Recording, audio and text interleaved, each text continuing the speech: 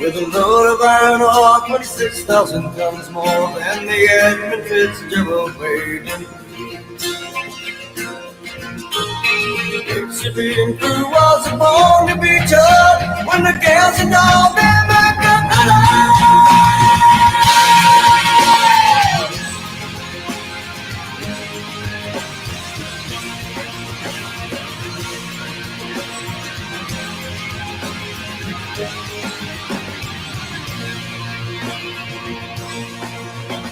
ship was afraid of the American side, coming back from some mill in Wisconsin.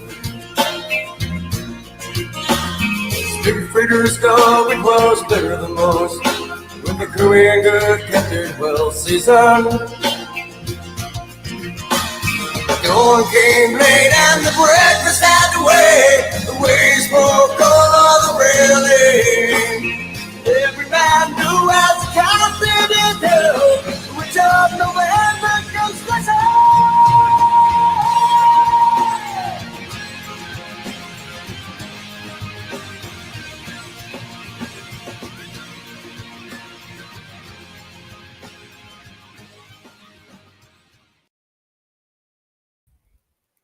Hello and welcome everyone to SmallmouthCrush Live. It is Monday, July 17th. We have a great show lined up for everyone tonight. We're going to have the recap of the SmallmouthCrush Open. We're going to have a couple special guests.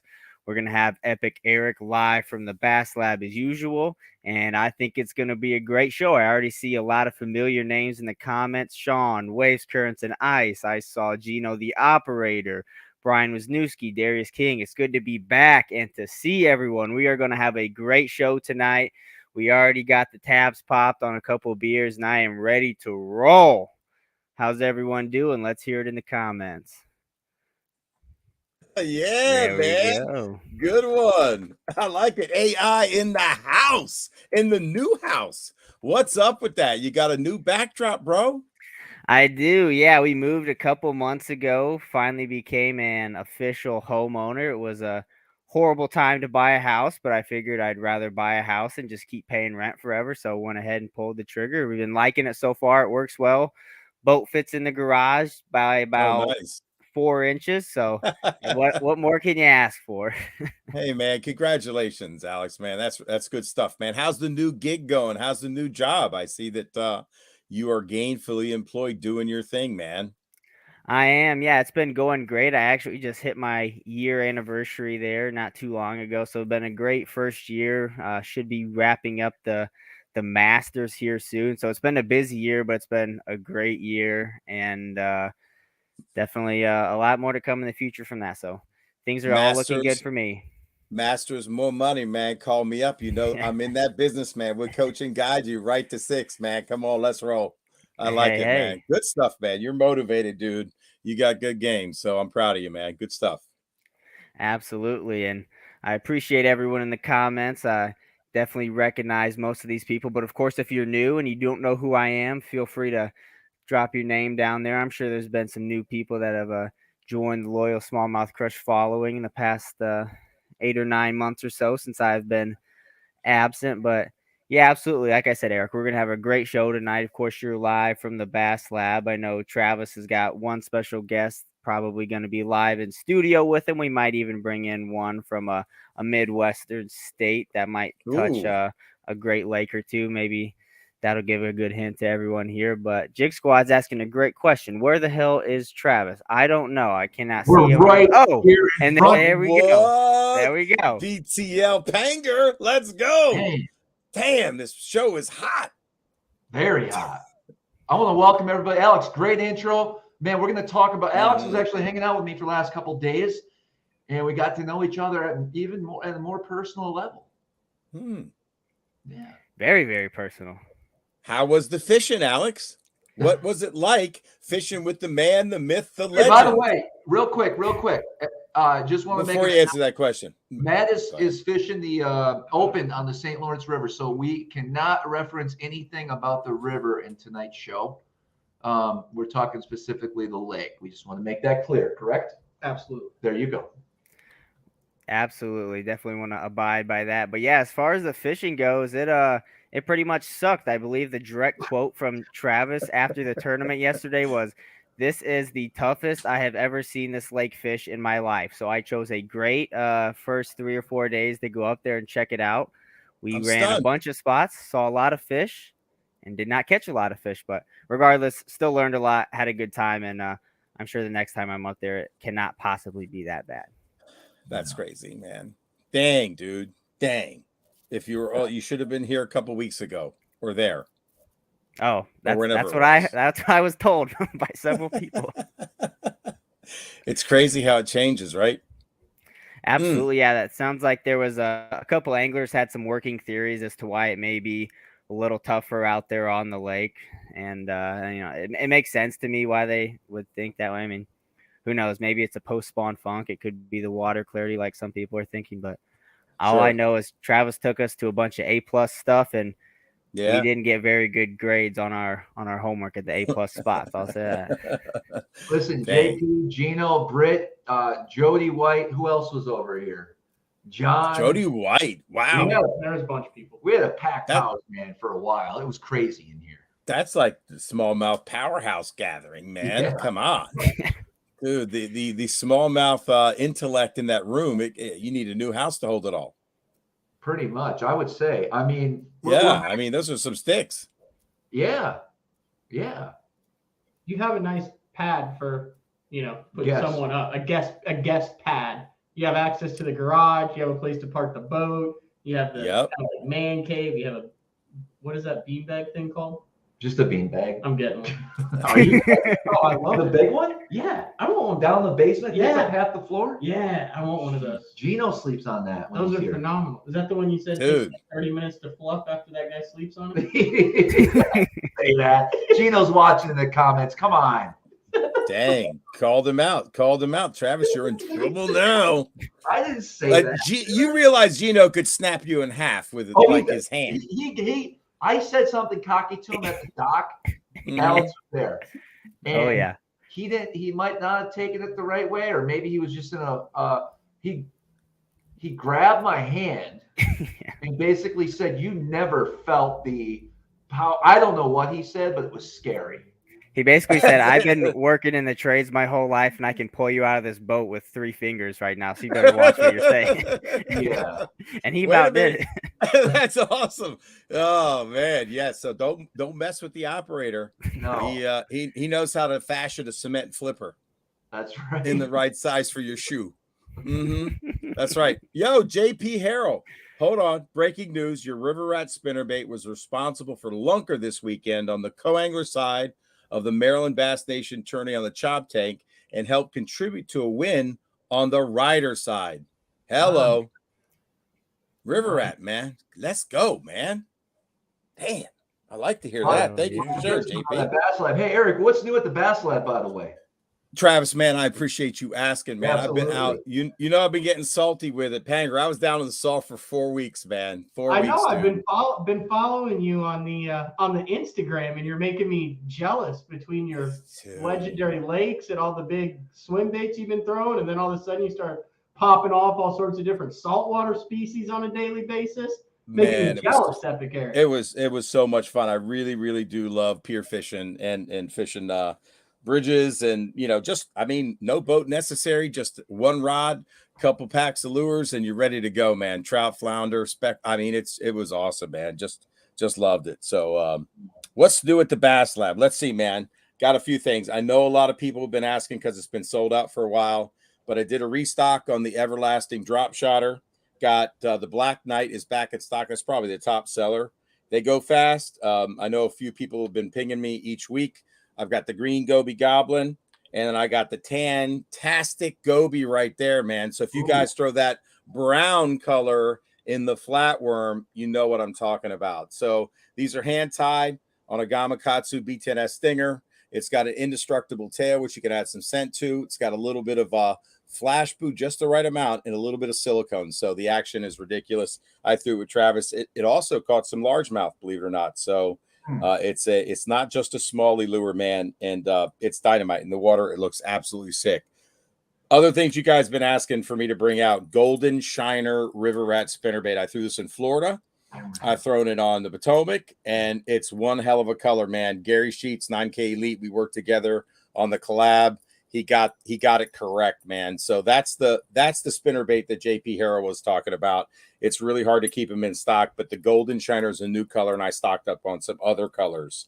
I also have, real quick, in 3 colors only right now, limited release. It's called my Grass Weasel. It's got a minnow style head, and it's 5/16 of an ounce. Really hard to find a 5/16 of an ounce. So that's just a 1/4 ounce more than a quarter, right? So 5/16 of an ounce, and it's built on the same frame as the River Rat minnow style head. I've got it in Freak Show. That's probably one of the second most popular colors. Great bluegill imitator and a copper blade. It's really hard to get these copper blades. I don't have a lot. Generally sells out, but they're up on the site as well. I've got it in the Golden Shiner, the Freak Show, and the Gizzard Wizard. And then finally, I'm proud of this one because it's my shaky jig worm on a football head frame. Open hook, football head. It's the same thing you guys have seen on the shaky jig worm, but a football head. It's got that long tail, a little bit of flash boo. And I've got it in 3 colors. I've got Perch-tastic, Black Knight, and Brown Goby. And there they are, if you guys can see them. Vertical line tie. And you can see they want to kick up because of this hackle, the way I tie it. And I work with a fly tire out of Montana. You see that bait just wants to stand up. That hackle pops it up. So if you're using Z-Man plastic, it's going to float up anyway. But if you're using your regular plastic, it wants to tip up. So, and I'm feeling generous tonight. So anybody that orders one of these, I only have a few in each color. They come in 1/8, 3/16, and 1/4. I'm going to throw in some freebies that were given to me. It might be a Nico bait. It could be a bait that a viewer sent in, like these little tasty morsels that would pair up nicely. That came from, hold on, here's the message these guys wrote me. It's from Taz and Jesse Hoyt. And here you go, man. This is what the note said, Travis. It says, thanks so much for all you guys do. That's to me and you, Travis. You guys rock. Keep up all the good work. And it says, Travis, make sure Eric gets his half. Hey, Eric, hope you get this Cortland 5-pound braid too. Hey. That was from that. And he did deliver on the 5-pound braid, Jesse and Taz. And I'm sharing your baits. So I'm going to throw in a pack of worms, and you might get a flatworm or a Nico. And I just flashed it. But let me tell you, the Nico, if I put it in there for you, dudes, a flatworm paired up with that little ditty is freaking dynamite. I tied the originals. I sent them to the fly tire. He ties production. I don't. And so I'm pretty pumped up, man. So it's my shaky jig worm tied for smallmouth with a football head. There you go, man. That's it. That's what's new at the Bass Lab. Can you put the Bass Lab little banner up there, pal? Where's Eric or Alex when you need them? I have a Bass Lab sticker on the Bass Cat. Do you? Yeah, dude. I'm so stoked. Me a smorgasbord of Epic Eric decals, and I put the one with the little green. Is that the right one? Green bottle and stuff. Yeah, I've had several people be like, "Oh, you got Epic Eric's Bass Lab sticker on here?" I'm like, yes, seriously? Yeah. Come on, Panger. You're not just messing with me? Oh man, that's cool, man. I saw a picture of your boat. He was looking at my rig, and he's like, "Oh, you watch that show?" And I was like, "Yeah, I know." It's good, man. Good. So anyway, thank you guys, man. I love baking stuff up, and I love collaborating with people that tie. So this round of everlasting drop shotters, I use Brian at Custom Tackle, but Brian's Custom Tackle, he gets super busy sometimes and can't really do much for me. But Eric Ezel, he's a river guide out there. He's a trout fisherman, and he was pretty stoked about the design too. So I think he might be throwing those for trout soon. There you go, man. Oh, and the last thing I forgot about, thank you, Robert Linson. These old school skirts. I don't know if you guys are fans of flat living rubber, but flat living rubber had problems because of the material. If you mixed it, it was very temperamental to heat. If you mixed it with any plastics, it would melt instantly. But I was able to get a silicone version, and there's probably nothing that has action like this. I mean, because silicone can't compare. It's just the opacity of it all. It's a river style skirt, in my opinion. It pairs great on a buzzbait. I've got some colors you can't find in silicone. Like that's an old school lime truce. That green lime's got a little bit of white and yellow. Travis is very familiar with this one, that black and yellow. You see it in our Potomac practice for Travis on the Toyota series, paired up with a Bass Alarm buzzbait. Of course, you got your standard colors like black, white. You got a Fire Tiger, and I'm going to tell you guys this right now. If you have never thrown a Fire Tiger buzzbait skirt in clear water, don't sleep on it for a river fish. They crack it. They crack it. They crack it. So there's 12 colors up there, and I'm only going to release them for a limited time. So there you go, man. Bro, what's that? You're like a mini taco warehouse over there. Nah, you know what? All I want to do is stuff that you can't find anywhere else. That's all I want to do. That's all I want to do. That's all I want to do. Before our big guest of the evening joins us, I mean, not that you can't get much bigger than Matt right here in the studio. Bro, you can. You can be on later. We can. I want to talk about the Smallmouth Crush Open and maybe the ABA and just recap. I know we kind of do an impromptu live on Saturday. Alex, Matt, we're all in studio. Eric called me right before we went on and my phone died. That's why I didn't call you back, bud. So got it. You what? Did you hear that? Yeah, I heard That's it. my elbow. We do have to do a giveaway. So we're going to do, this is a huge giveaway, guys. We're going to do the super chat. Every time you super chat, you get in the drawing. So if you do $5, that's 5 entries. Let me go through it real quick. We got a Teenage Marine hat. We got another Mercury hat. We got a Smallmouth Crush hat. We got the stickers. We got a lot of hats tonight. I'm going to throw another Mercury beanie. We got some Z-Man finesse worms. I got another MonsterBass long sleeve. And then we're gonna throw in that Dude Even Flog Bro again hoodie. That's awesome. Gotta get the hoodie. And then, of course, this live stream is sponsored by MonsterBass, and we love MonsterBass, a monthly subscription box. Head on over to monsterbass.com. This was the Strike King takeover, and so we got a bunch of what is that? The Super Fry? Mm-hmm. The Super Fry. Never fished that. Fry. We got the Square Bill. We got the Rodent. Man, I might actually need these tomorrow here. We got the Caffeine Shad White. I'd be throwing that. Thunder Cricket. You ever throw Thunder Cricket? You like them? Yeah. Thunder Cricket. Rattle Trap. Red Eye, we should say. And the Hack Attack Jig. And then we got a couple stickers down there. So very. That's a nice box, ain't it? Nice box. Yeah, that's legit. So we're gonna give that away as well for super chats. I'll keep track in the comments when you do that. MC is the first one. Every month? Like if they Every month, bro. That's what they all get? That's what they get. It's legit. That's a legit box. Yeah, it is. All right, we got to go quick here because we don't want to keep our next guest waiting too long. But I want to do a quick recap, guys. Alex was mentioned, this is the worst we've ever seen it. It was super tough. Want me to write these names down? No, I got it. I'm writing the names now. Tom, MC. Travis, what do you think it was, man?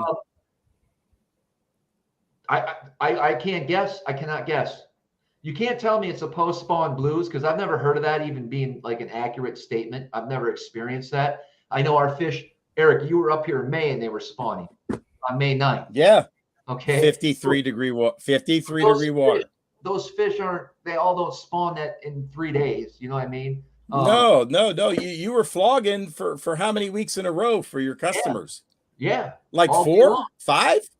Yeah. So it's not that. When's the last time you caught a flog fish? I'm just curious. Alex, your tournament was Saturday, Sunday. 2 days ago. Right, Alex? We saw that one on the bed.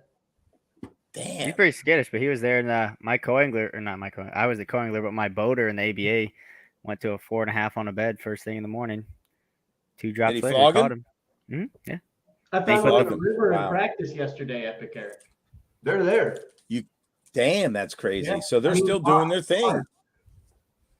It's crazy. That's crazy. I don't get it. I'm not lying. My latest bed fish was August 1st because I'll remember because it was August, right?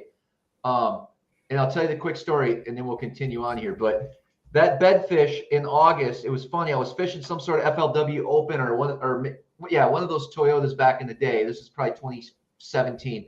I was out way offshore Chris Johnson was 50 yards from me. We're fishing the same area all day long. It was me and him. And I was catching them old school, 2D, right? Drive over to fish and drop down to them and give them the bite. And then what happened was I ended up catching a good limit, but the second day I lost a fish that would have helped. I had to put like a 3-pounder in my bag. And the next day, my buddy Lucas, who I love to get him on the show someday. I don't talk about Lucas too much. We used to hang out quite a bit. Lucas, a good friend, used to hang out with Matt, myself, back in the day. And anyways, that next day we went to the same area, and just around the corner in a little cove, there was one on a bed. I caught it, and it was like a 4-pounder that would have been a hell of an upgrade if I knew that bedfish was there, you know, the day before. But anyways, so Alex flew in.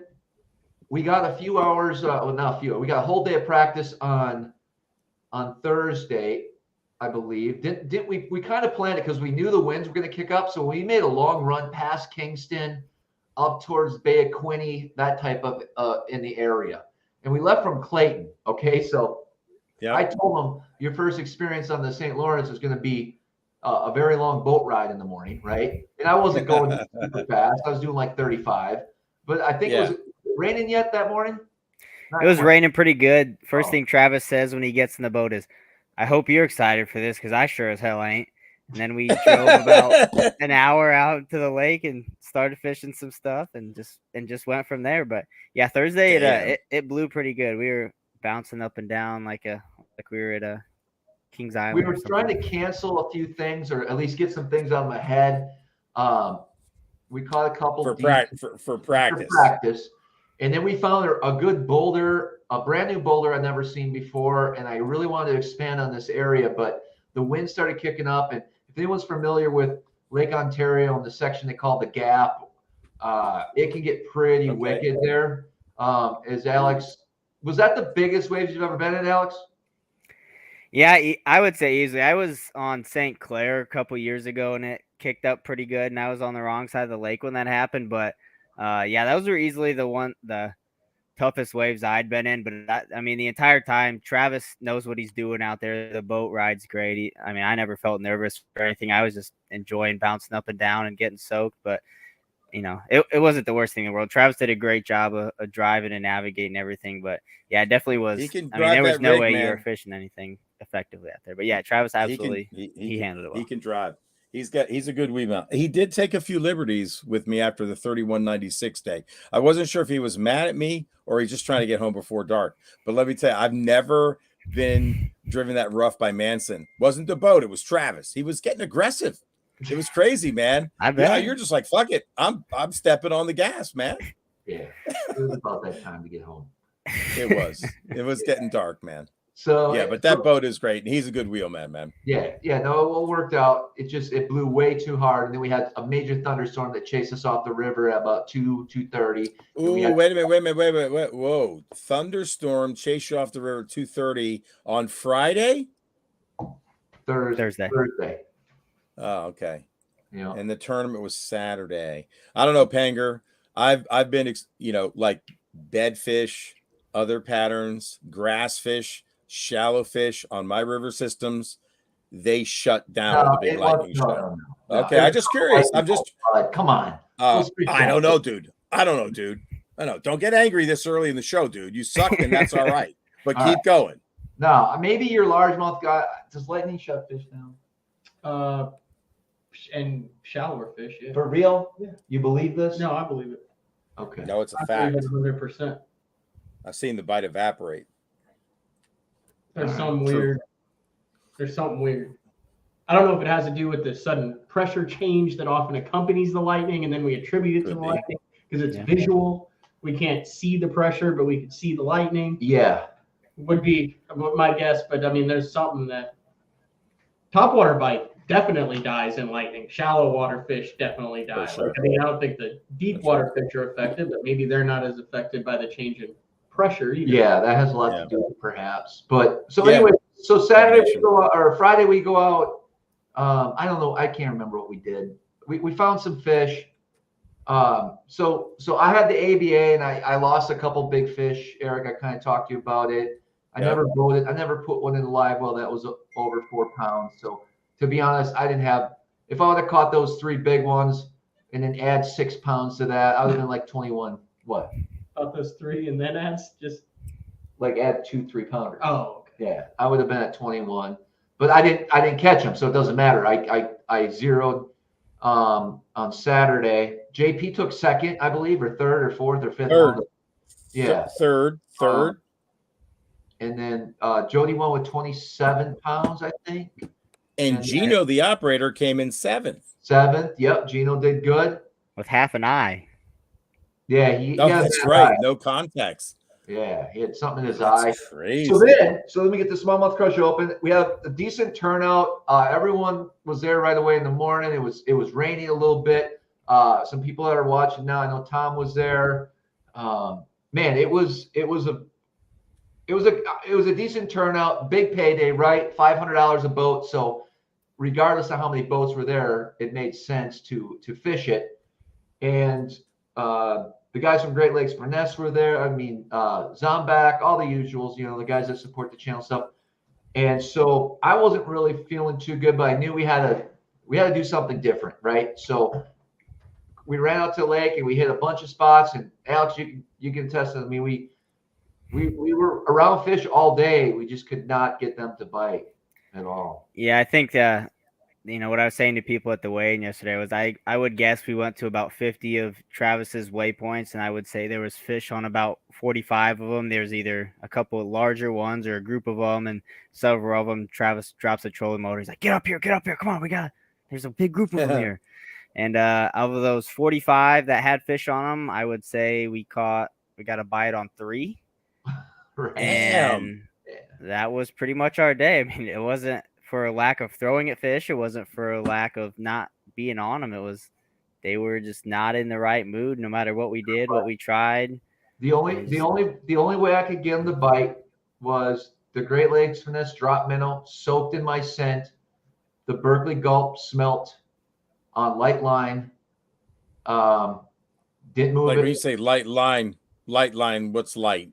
6, and then not moving the bait at all. Just let it fall, right? So no tension on the line at all, and it's just a little tick. Man. And then we caught some on a Demiki I think it was the Great Lakes Finesse. Yeah, the drop worm I used. That was kind of the ticket, right? We started boating fish when I pulled out the Demiki rig. Yeah, we pulled up on probably the 3rd or 4th buoy we'd fished that day, and I got a bite on a drop shot, and Travis had him hot on the Demiki, and that was looking good for a couple of fish, but there just wasn't size to them. And then after you got 2 or 3 bites, they turned right back off and went to a different spot. It was, I don't know. So how made you catch, Alex? You caught the one that counted. I would say at about, it must have been 11:30. This is great. This is a great story. Which story? It was in the lake. Go ahead. I don't know which one you're referring to, but what I was just gonna say is it was probably 11:30 or noon. Travis had 3 decent ones in the live well, and I hadn't caught a fish. And all I'm thinking of is if he catches 2 6-pounders and I don't contribute at all to this bag, I'm gonna feel like a piece of shit here at the weigh-in. But thankfully, I was able to get 1 or 2 in the boat and contributed to the bag, so I didn't have to have that feeling. But were you upset that you didn't? You didn't. Well, no. Okay, so you did weigh in that day, which is good. We brought our fish. Right? To the yeah, I think it was a good move by Travis. I don't think if it was his own tournament, they would have been back swimming and wherever we caught him. But since it was his own tournament, and I'm sure partly of it because I was with him as well, we decided to weigh in the fish. We had 20 pounds. How did you catch it wasn't your a horrible fish? thing. How'd you catch yours, Alex? I caught one on a Strike King Z2 drop shot, and one was on a quarter. I think it was a 1/4 ounce Mothman off of a boulder, and that one I almost didn't land because after I set the hook, Travis was making fun of my reeling and hook set technique so bad I was laughing too hard. Somehow the fish got in the net. But what is going on with that?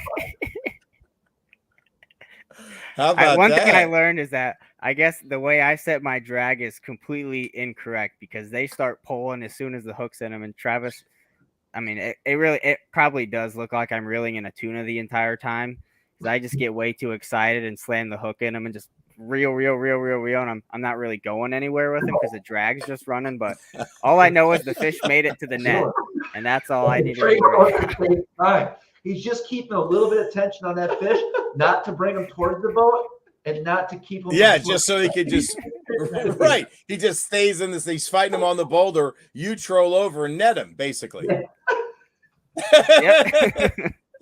It worked. Did you work on it? Did you grab the rod, Travis, and reset the man's drag for him? I thought he was going to at one point because he said, tighten your drag. And I was in the I didn't want to like take my hand off the reel and to tighten it. And then I'm not very smart. I don't know righty tighty lefty loosey. So I was half worried I'm going to loosen it even more if I just hit the drag. So I just kept reeling. I mean, Travis has got this 25-foot long musky net he uses in every tournament. So we didn't have to get too close to it. He basically was like touching the boulder with the net, just hooked it up over his head, threw it in the live well. And then the next thing you know, this is like the best boulder we've been to all day. I throw back in there with Travis's rod because my line was all tore up. I get a bite and break off, and I'm like, oh, come on, we got to go. I look back, and Travis is back there pissing for the 7th time of the day. I mean, we're on the hottest spot, the hottest bite, and this dude can't hold his bladder for another 5 minutes. I mean, we're going to leave in the next 10 minutes to go back to the weigh-in, and he's worried about getting his 8th cup of coffee out of him. So that was kind of the end of our day, but we got 5. You got 2. You weighed in 2. Yes.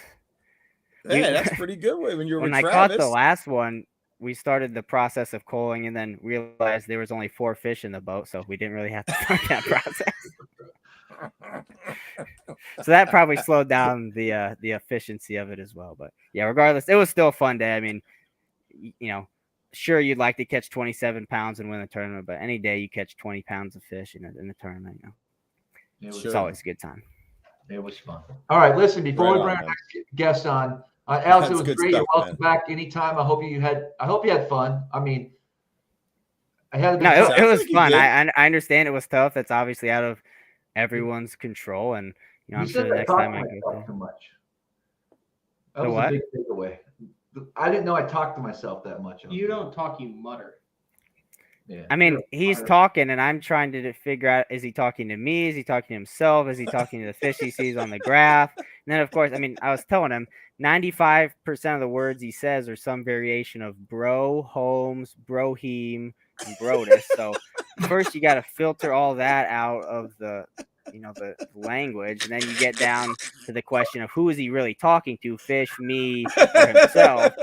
And then so half the time I just want to answer, and you go, brodus, I'm talking. And you were talking to me. Okay, I get it now. So yeah, we probably could have improved our efficiency a little bit, maybe hit a couple more waypoints, but we'll work on communication, and next time it'd be a little bit. That's a there was a particular line that stuck out, and you don't have to use the G word, but what was that? So it was the same buoy I had just caught a half decent one off of, and Travis got it hooked up, and he goes, oh, this is a pig. And I'm like, okay, here we go. Maybe a 4.5, 5. But then he goes, oh no, this is a giant. And when he says it, his voice cracked a little bit. So I go, oh my gosh, he's being serious. This might be a legit, maybe it's 6, 6.5. Who knows? So he gets it up to the boat. I net it. It's like a 2.5 that's got the hook like half digested. And he just goes, man, I hate how stupid I am sometimes. It just throws the fish back and keeps fishing. Well, he said it a little different. He might have used a little different verbiage. But yeah. Dude, you gotta save those clips, man. Those are epic. Yeah. He had one. We were on a spot. He goes, "Oh, big one over here." Throws out the Demiki and catches like a 12-inch bullhead. And then he just starts yelling, "These fish aren't biting! They're not biting!" And these guys further up on the point are just looking at him like, "What in the hell is this guy?" I had to let him know to get out of there. And that was frustrating.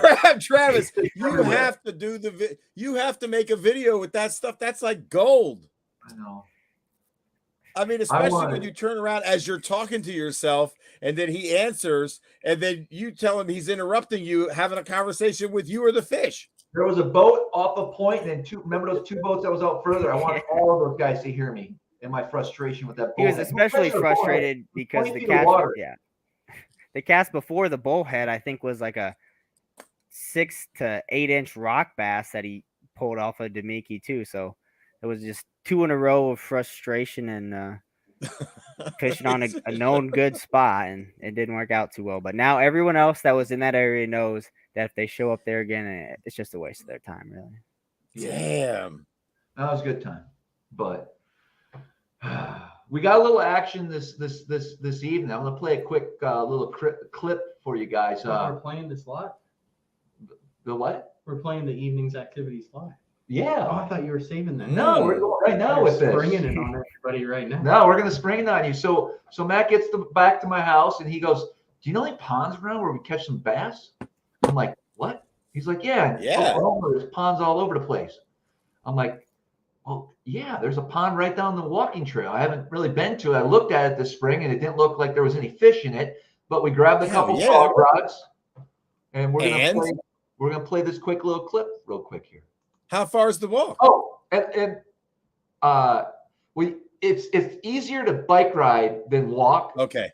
But if you haven't ridden a bike in 10 years, you look like a total clown. I didn't look like a You did. I want you guys to watch this video of Matt trying to ride a bike and stabilize himself and get momentum going on a bicycle. The tires were kind of flat, and it was a woman's bike. Okay.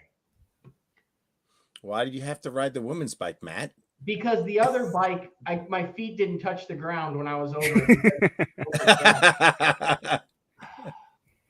All right, here we go. Is there fish in it? Grab your rod, bud. Where's your rod? Right here. Let's go, SmallmouthCrush. Let's go. No, riding bikes. Do you know how to ride a bike and carry a fishing pole at the same time? You're going to learn tonight. But don't break that rod. That's a St. Croix. That's actually a pretty expensive rod, though. And it's mine. I know it's yours. Look at that, a pistol grip. Yeah. Hell yeah. Yeah. All of us? Yeah. No. Yeah, we are. You got that one. I haven't ridden a bike in like 20 years. You haven't ridden a bike in 20 years. I legit bet it has been over 5 years since I've been on a bike. Well, all right, cool. You know how to carry a rod? Yes. I'm going to show you the best way. Here's how I did it growing up. Okay? So I would hold it like this. This tire's a bit flat. Yeah, we're going to pump the tires later when we get back. Good time to do it. Okay? Just try. Rest in peace, St. Croix rod. Right. Or do you want me to carry the rod, bud? And you carry the rod. Really? Yes. I got to carry a rod and a beer? If I remember how to ride a bike. It's not true. I don't even know how to ride a bike. All right. Here we go. And I'm 6'3", so let's just put it down a little bit. Yeah, feels good. Oh, that's the lowest it goes. Yeah, I do. Do not take that drink. You didn't take the drink holder off. Why doesn't my bike have a drink holder? I don't know, but I need to get it. Okay. 0% chance of catching one. 0? I don't think there's a fish in that place. Otherwise, I would have been there already. So don't get your guys. Watch Are you kidding me? Watch I haven't ridden a bike. Get on that thing. Go. Go.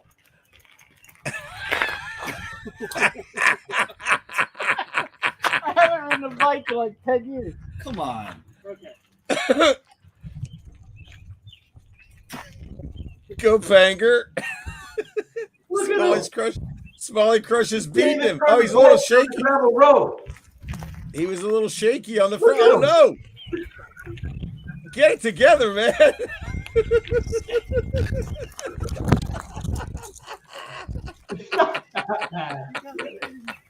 Oh, that's funny. Uh-oh. He's got to navigate this fence post. Ooh, he came close. Why does he look like he's never been on a bicycle?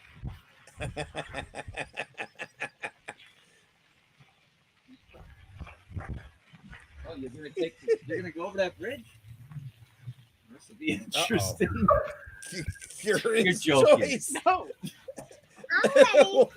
I'm I was a competitive mountain biker. Uh-huh. Whoa.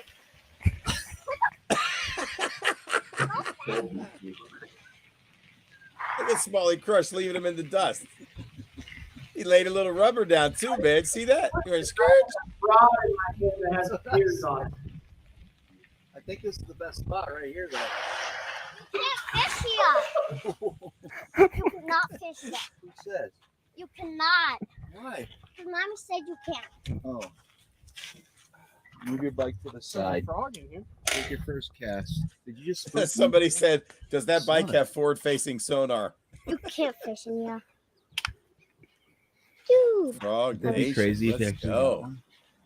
I feel like this is Come a good on. wide.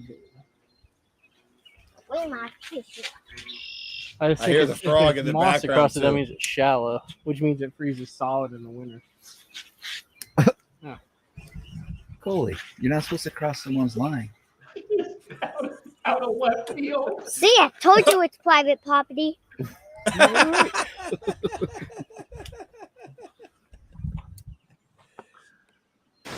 Another frog. I guess we're fishing for frogs now. Matt's trying. No way. Well- A frog. Give him to me.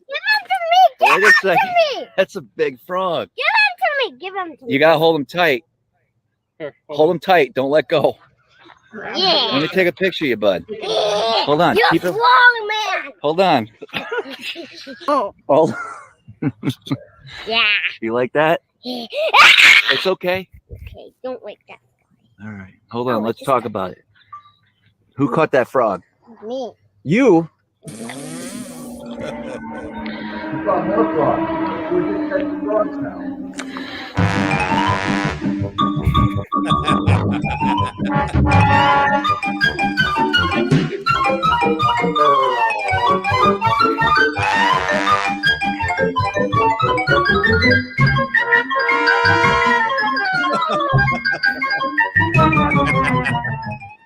I love the music, man. That's great, dude.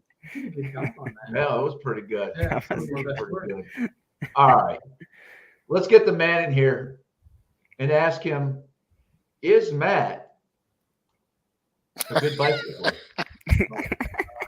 No, Matt is absolutely terrible on a bike. Oh, Uncle Frank, what the hell? And I'm pretty sure that what you were seeing was the GoPro shake, not me. I don't know. Matt, you're Right, showing really. your extreme athleticism there, bud. I used to be very athletic, but I mean, I had Alex practiced with me, not what it was. Not me, someone else. Anymore. Not AI. No.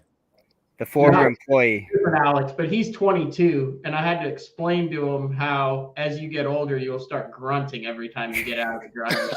That's so true. Because I was literally like, we were stopping, and every single stop, you get up, and it's like gas and wind, and I had to jump up, get on the drift right, and I'd be like, "Arr!" every time I got up, and I noticed it's like looking at me like, I said, dude, it's just age. Yeah, just wait, dude. You're still a young buck. Just wait. Man, It gets better. do you ever have frog legs? Yeah, I love them, dude. That's what Matt says. I would wear that pond out. Really? I tie Frank, there's thousands of them in that pond. Dude. Literally thousands. I tie these little dragonfly looking flies. They look What? like little damsel flies. Yeah. And I just get a long rod and I dangle it in front of them and they eat it and I get them and put them in the bucket and go to the next one. It's a Damn. blast. How do you prepare your frog legs, dude? I fry them, dude.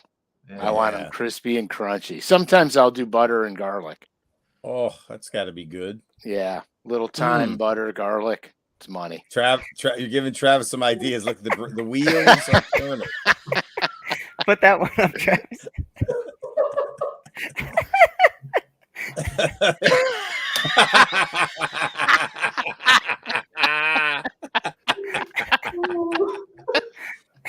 a good one, man. Oh God, that's so good. Dude. I have two. I'm on the internet every day, and I have two embarrassing moments. One of them is when I was on your show dressed as a cat, Right? Oh my God. and then this one. A sexy cat, not just a cat. You were a sexy cat, man. Come on. That is so funny. That was so funny, man. That is crazy. Oh my God! You have a new Are you serious? Yeah. That's into the show. that's outstanding. Kiss that frog, man. Kiss that frog. Travis, I watch you drink out of that cup every day I was out there. Yeah. Is he all right? He don't look too good, man. His color's changing. Oh, Yeah, as he slowly sinks into the. Did you see that? He's They've got a real weird. Look at him. He's just. yeah, he's just hanging out in the cup. Yeah, he's a Nice, happy man. frog. We're gonna let him Oh go. yeah. That's unbelievable. Yeah, That's 2 taxidermy projects in 4 days, Travis. You're on a roll. I know. Yeah. What was the smallmouth one about, bro?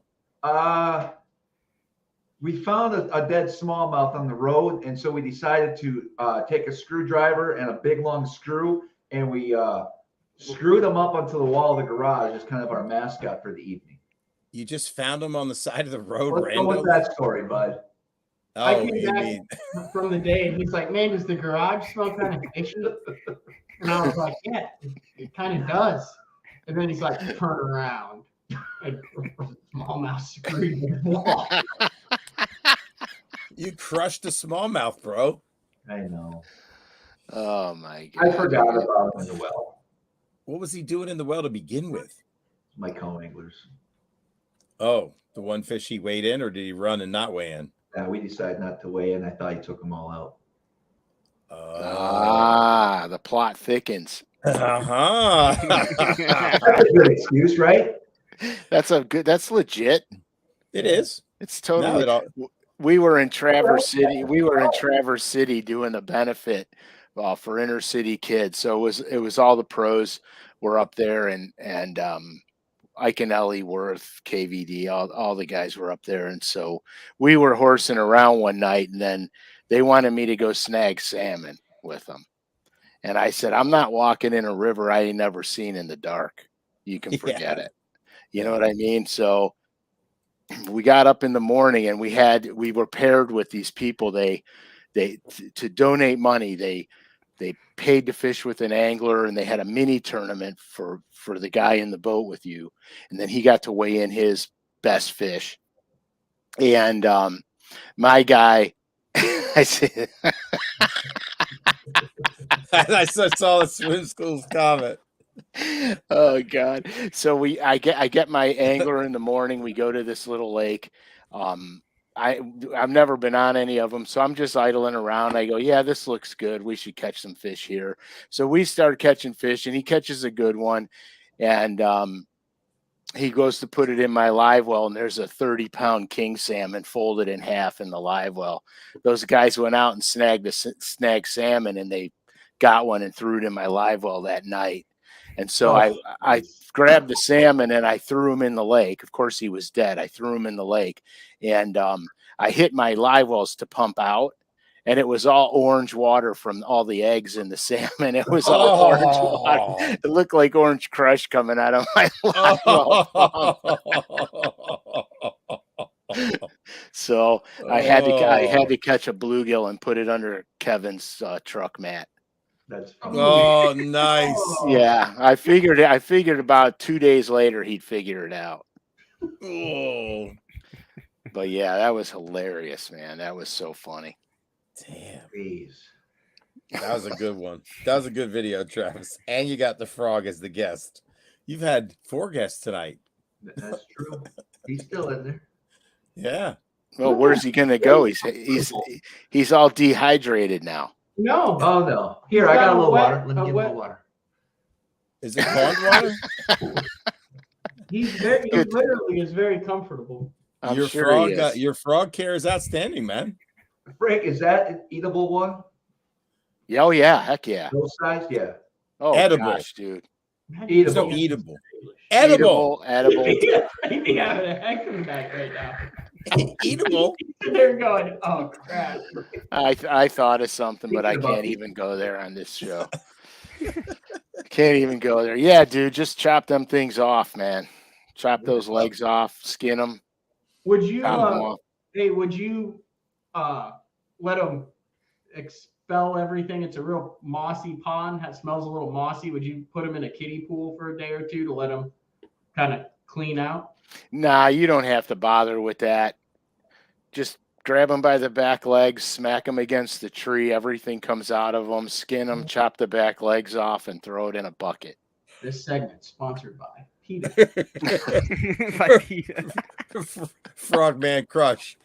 Yeah, no shit. That poor frog, he can hear all this. He's probably wigging out right now. He knows what's coming. He knows what's happening to him. He's like, I don't like the dude in the black t-shirt anymore. Travis, just go let him eat the 6,000 mosquitoes that live in your garage. I know. They'll be all right. Hey guys, in the comments. So you guys talk. Let him go? We're gonna let him go. You want me to go do it now? No, keep him here for a little while.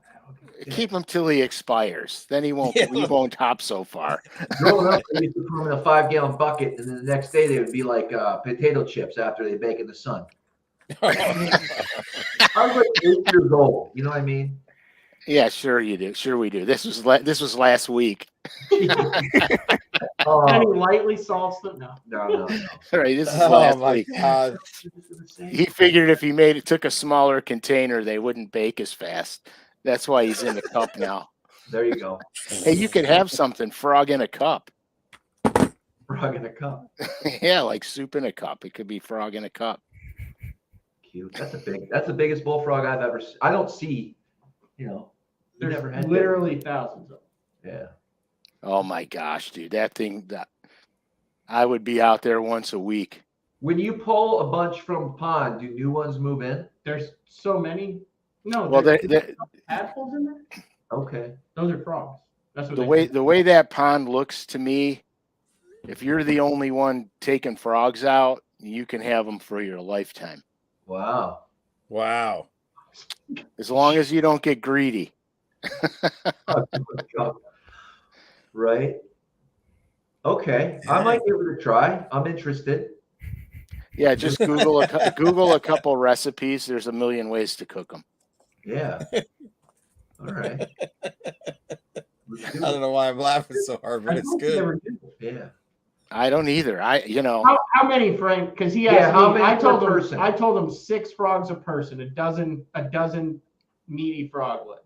Oh yeah, those 36.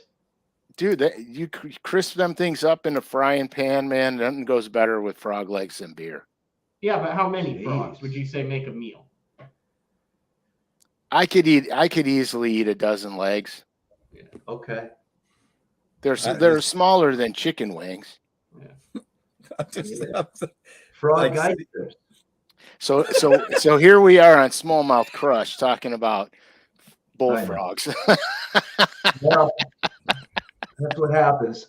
Real quick before we get into some fish talk, I need to check if it's seasoned, by the way. Oh, that's what I was going to ask. Oh. Could there be a season? Could this be an illegal catch right now? Captain keeping a frog alive in your studio in upstate New York. That's just weird. Oh, I don't know.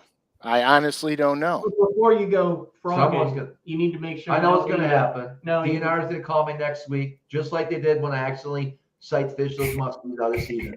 I accidentally going to have a board meeting again, and they're going to say, "Hey, how's that Travis doing? Remember, Brooks says, oh, he's helping push the brand. He's doing a great job, but man, every once in a while, he gets in trouble with the law, or he gets DQ'd from tournaments. We just can't keep him on the right side of the jail." Next will be like, I didn't know those deer were out of season. Oh. So he put that bait there for the squirrels. He just shot the deer because they were eating the squirrel food. All right. Right. Allegedly. That's right. Allegedly. June 15th to September 30th. We're good. Okay. Frog leg season? You're golden. Yeah. What's the daily creel limit? See, I'm looking. this is such a weird conversation. Is there like a length to them? They can't measure. According to the It depends how hungry you are. required to take frogs with a spear, a club, a hook, or by hand. There's someone out there clubbing these things. You can spear a frog?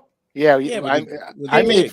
A hunting license is needed if you take them by either a gun or a bow. No, I've shot them with my pellet gun before. That's a blast. Really? Yeah, at night with a flashlight. There are no size. Travis was like, we're gonna have to end this show early. Travis got a new idea. Travis was like this. Say what? You can flashlight him with a pellet gun at night? Oh yeah, the eyes glow in the dark, man. You just feel them. You can wear. Travis's brain is like working hard right now. Yeah, He's yeah. stoked. Well, it's good that it's good to put his brain to work at least once every 2 weeks. Yeah. It is okay, before we get a little bit of fishing talk, we had a bunch of guests over the last couple of nights, and there was a huge swarm of mosquitoes that like to visit us down in the garage when the garage doors open, the lights and stuff like that. And I just want to know the comments. You guys talked about that thermocell stuff. Now, it's expensive, and from what I'm reading, it only lasts like 12 hours. You have to buy refills for this. Yeah. Is there anything you guys can recommend to just plug in and keep that's going to help keep the bugs out of the garage? Let me know. And obviously, this is just for his guests because mosquitoes don't suck. They do not suck my blood. I do not get suck bit. vampire blood. Seriously, we're all sitting there slapping and stuff, and Travis is standing there, and they will not go near him. And I wonder why they all. I swear, it is the weirdest. They were going to do a live. We were going to do a live. We did a live show Saturday. It is bizarre. And I wanted to do it in the garage. Yeah. And they were like, "No, we're not doing it here." I never saw you make one motion towards a mosquito. They don't. I don't. Dude, they eat me alive. Travis, I have a doctor's appointment tomorrow to check if I have West Nile virus. It was that bad. I'm serious. Bad. Straight heat. I can't do that, Ken. That's like I could quart of Roundup. Come on. No, don't use Roundup. No. Roundup. We're not going to get anybody in trouble. Because DEET's like the same thing as Roundup, like as far as a carcinogenic. But yeah, I do not put any bug spray on me. I don't use sunscreen. yeah. I don't put none of that crap on my skin. Really? No. Yeah, Good. never. Yes. There's organic, natural sunscreens. The mosquito. I'm Italian. I have my own sunscreen built in. that's very true. You should have seen Travis in an Upper Bay tournament. I literally couldn't look at his feet. It was that bad. Blistered, bleeding, festering wounds is what it looked like. You look like Frankenstein, man. I was flipping out, man. It was bad. Your lips were clacked. I think your nose was bleeding. Your ears were crusty, and your feet were a bloody mess. We went to Walmart to get you some aloe vera, man. And the baby spray. I'm sad. Yes, we did. We got the baby spray. Yeah, that helped you out a little bit. Anyways. And we were smoking backwoods berries like they were going out of style. I was chain smoking cigars with him, man. It was so delicious. So much so that I was fishing. I'm like, give me one of them. And I'd make a cast and the smoke would get in my eye and it would start watering. I didn't care. I just wanted to smoke. I was like a lab rat out there, man. Good cigars are good. Oh, these were the backwoods, man. The berry blast or whatever the hell that was that Travis had. Oh, wild and mild. That's right. Travis like, you want to try one, bud? I'm like, sure. He hands Did me you one. put I'm it? like, man, So Travis, be honest. You put it in the corner of your mouth, and you went yeah. to. Do you feel lucky, punk? I should have. Squint them eyes, ears. Look at that smallmouth. Andy B said. Andy B said. Travis, he said after the sunburn, he said you couldn't shave your toes for months. He saw it. He saw it. So, Frank, you might not know this about me, but I cannot have any hair growing on my fingers or my toes. He shaves it. Okay. I'm okay. He doesn't seem too surprised. It's a well-known fact. I shared this years ago. Look at There's no hair. I've never shaved mine. I don't have any Well, hair. you don't. Yeah, you're lucky. I get a little bit of hair in my You fingers. have hair on your You're lucky. You don't get hair on your I fingers. don't have a single hair. Matt has 0 hair on his toes. None. Oh I don't- boy, I'm glad I'm not there because I don't want you guys to do a full cavity hair search. That's coming next. Sleep with the covers tight, Matt. Yeah. I wonder if Matt has hair down there. Oh my God. The show is going off the rails from frog legs to man grooming hair. We have taken a turn. We have taken this to a new level. Well, I just want to go through a few more things before we talk about fishing. Travis said that twice now. Oh, and we're here we talking are. about fishing. I'm out. Travis toe hair jig, Eric. Travis show hair jig. Yeah. Could you save them in a little Ziploc and then They're little bluegill bugs, all gnarly. You can bind it all up, tie it together, send it to your guy in Montana. Maybe in the Would winter. that- No, dude, you could like do the whole scene. Like you could go to the pond, shave your toe hair, get them, tie it, have a little vise set up, tie it, and catch a bluegill. Oh, that would be phenomenal. I think it would go viral. It I'm not would. doing it. Or you could just Imagine the thumbnail. or better yet, just let the hair grow on your feet and go walk around the woods and tell everyone that you saw Bigfoot.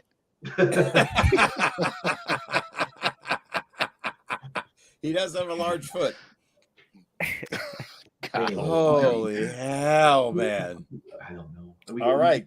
Try to get it back together, Travis. All right, let's talk fishing. Frank, what have you been up to? You been catching a few fish or too busy or what? What's going on? Both. Yeah. I the last time I went smallmouth fishing was this spring.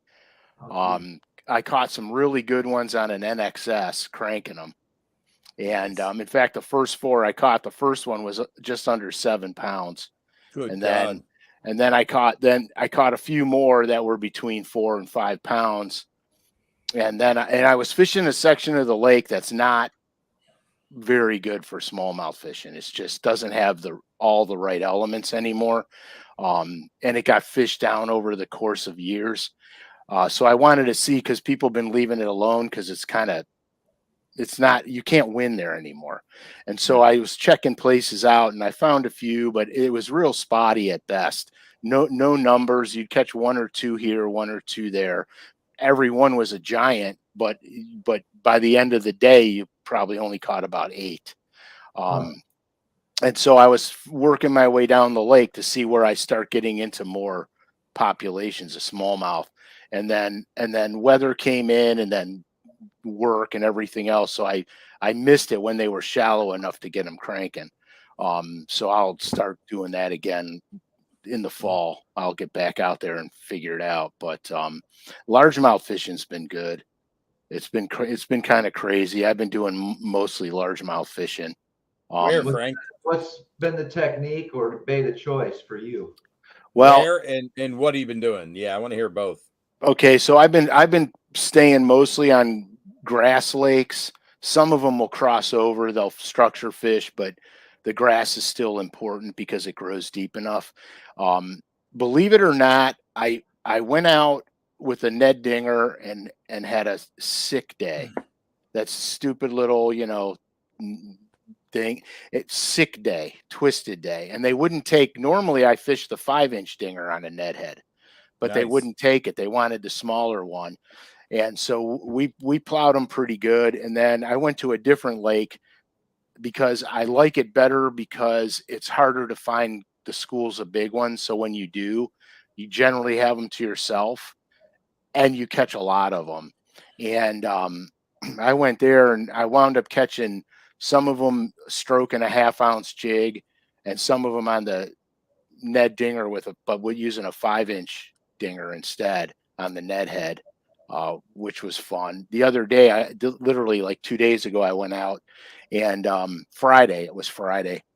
And I got to the boat launch and there was like 100 and some bass boats there. And I'm like, good God, nobody works anymore, you know? So I went out there and I went out to this lake with the only intent was to graph side image and look for offshore structure. Nice. And of course, I did that for about a half an hour, maybe an hour, and I couldn't stand it anymore. I had to go catch some fish. So I ran up to one of the grass edges that's usually pretty good for me and started catching them immediately on a 5-inch dinger on a Ned head again. But I was catching all little rats, you know, 12 inchers to 14 inchers, nothing that would do any good. And I said, I gotta do something different. So I went to the windy side of the lake and started throwing a frog around and absolutely piled them. It was like two different lakes. You know, Matt, when we talk a lot, we say that there's two patterns. You can pattern small fish or you can pattern big fish. This was a perfect example of that. And I didn't have my video guy with me, so we didn't, but it would have been We're gonna get you on the GoPro. It's hard for him to push a button. We gotta get you on the GoPro. No, I'm not that technologically savvy. Push a button. I cannot.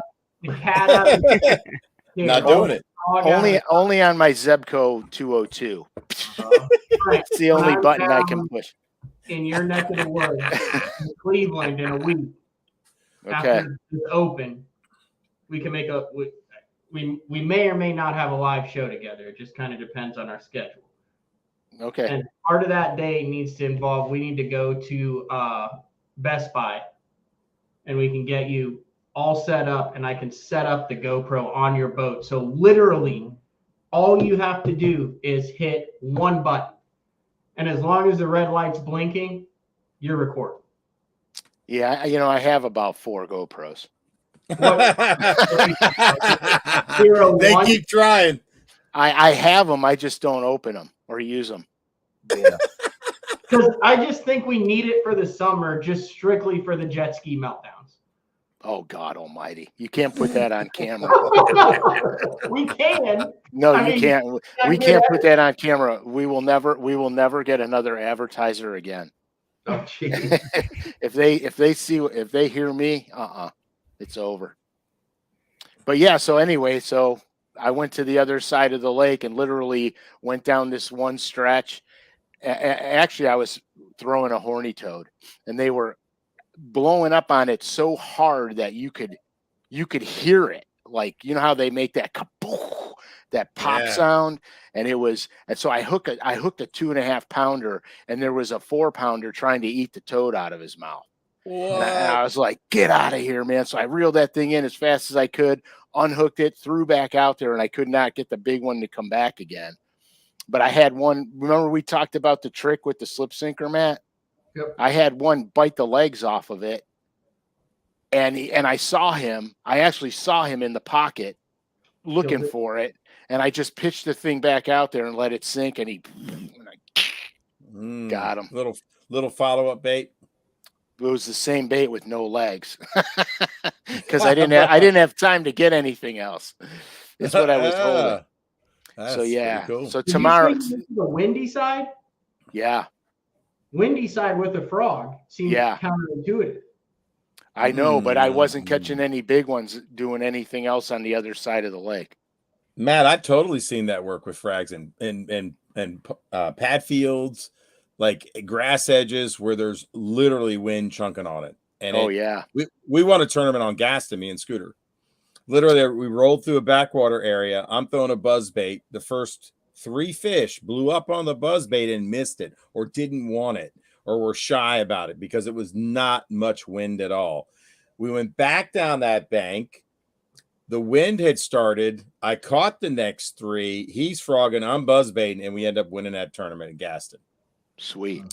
Wind made it happen. And I'm not talking a little wind. I'm talking like not rollers, white cap, or anything like that, but it was substantial, and they were right on the edge. They just moved up to the edge and they got in feeding mode. Yeah. Yeah. Like sometimes that frog would go under the water because the waves, it pop out the other side, and then, and they were right on the outside edge. The farther in I threw, I never got one.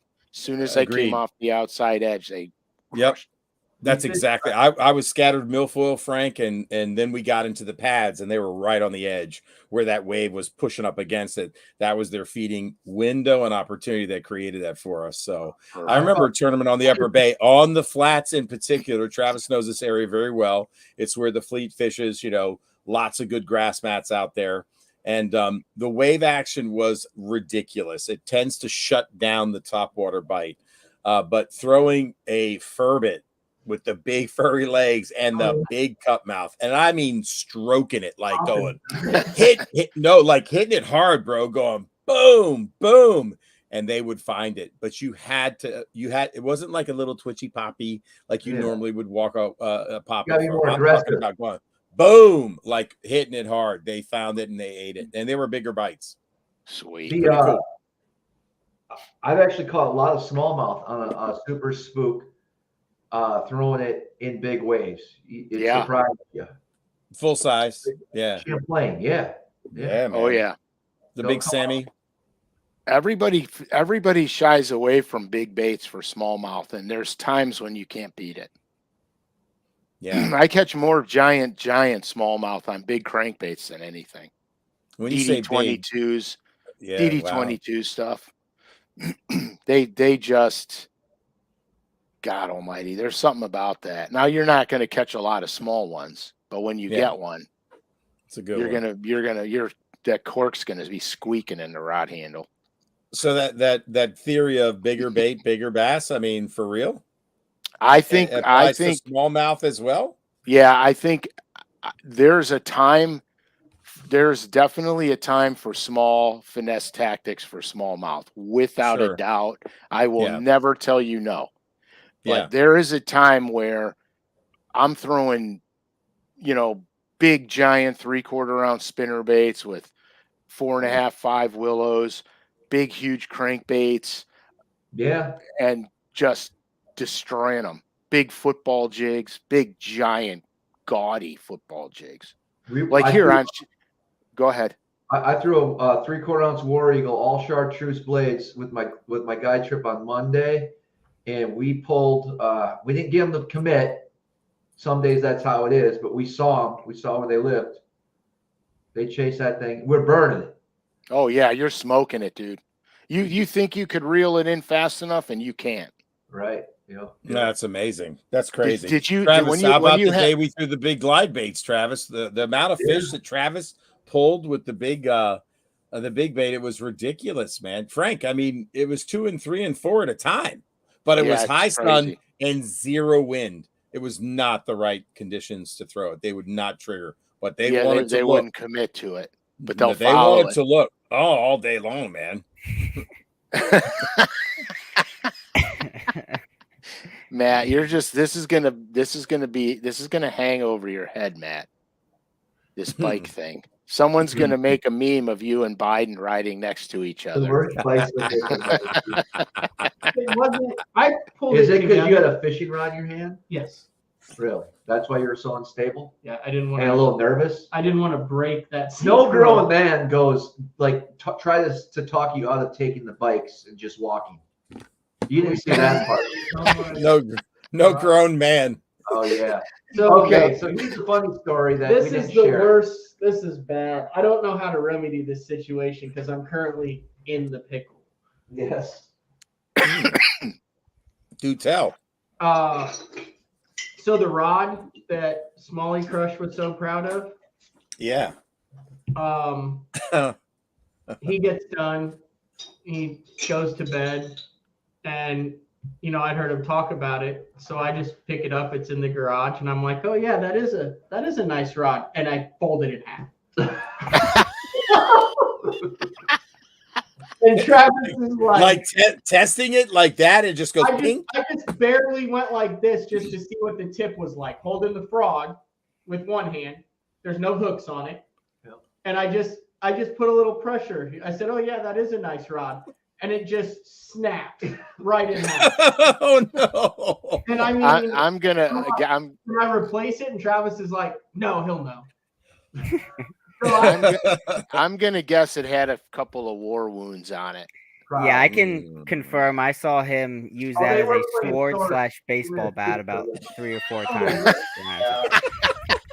So should I be responsible for that? Oh, well, you broke it. It was fine before you touched it. It was. Wait a minute. No, Alex said he saw him use it as a sword and a baseball bat several times. I think we have proof now that it was mishandled. Travis, I think it was when you were washing your boat. He had a box and he stabbed it with like a plastic toy knife, and it broke his plastic toy knife, and that really, really made him mad that that box broke his knife. So he takes his rod and just, I go, stop! You're gonna break the rod.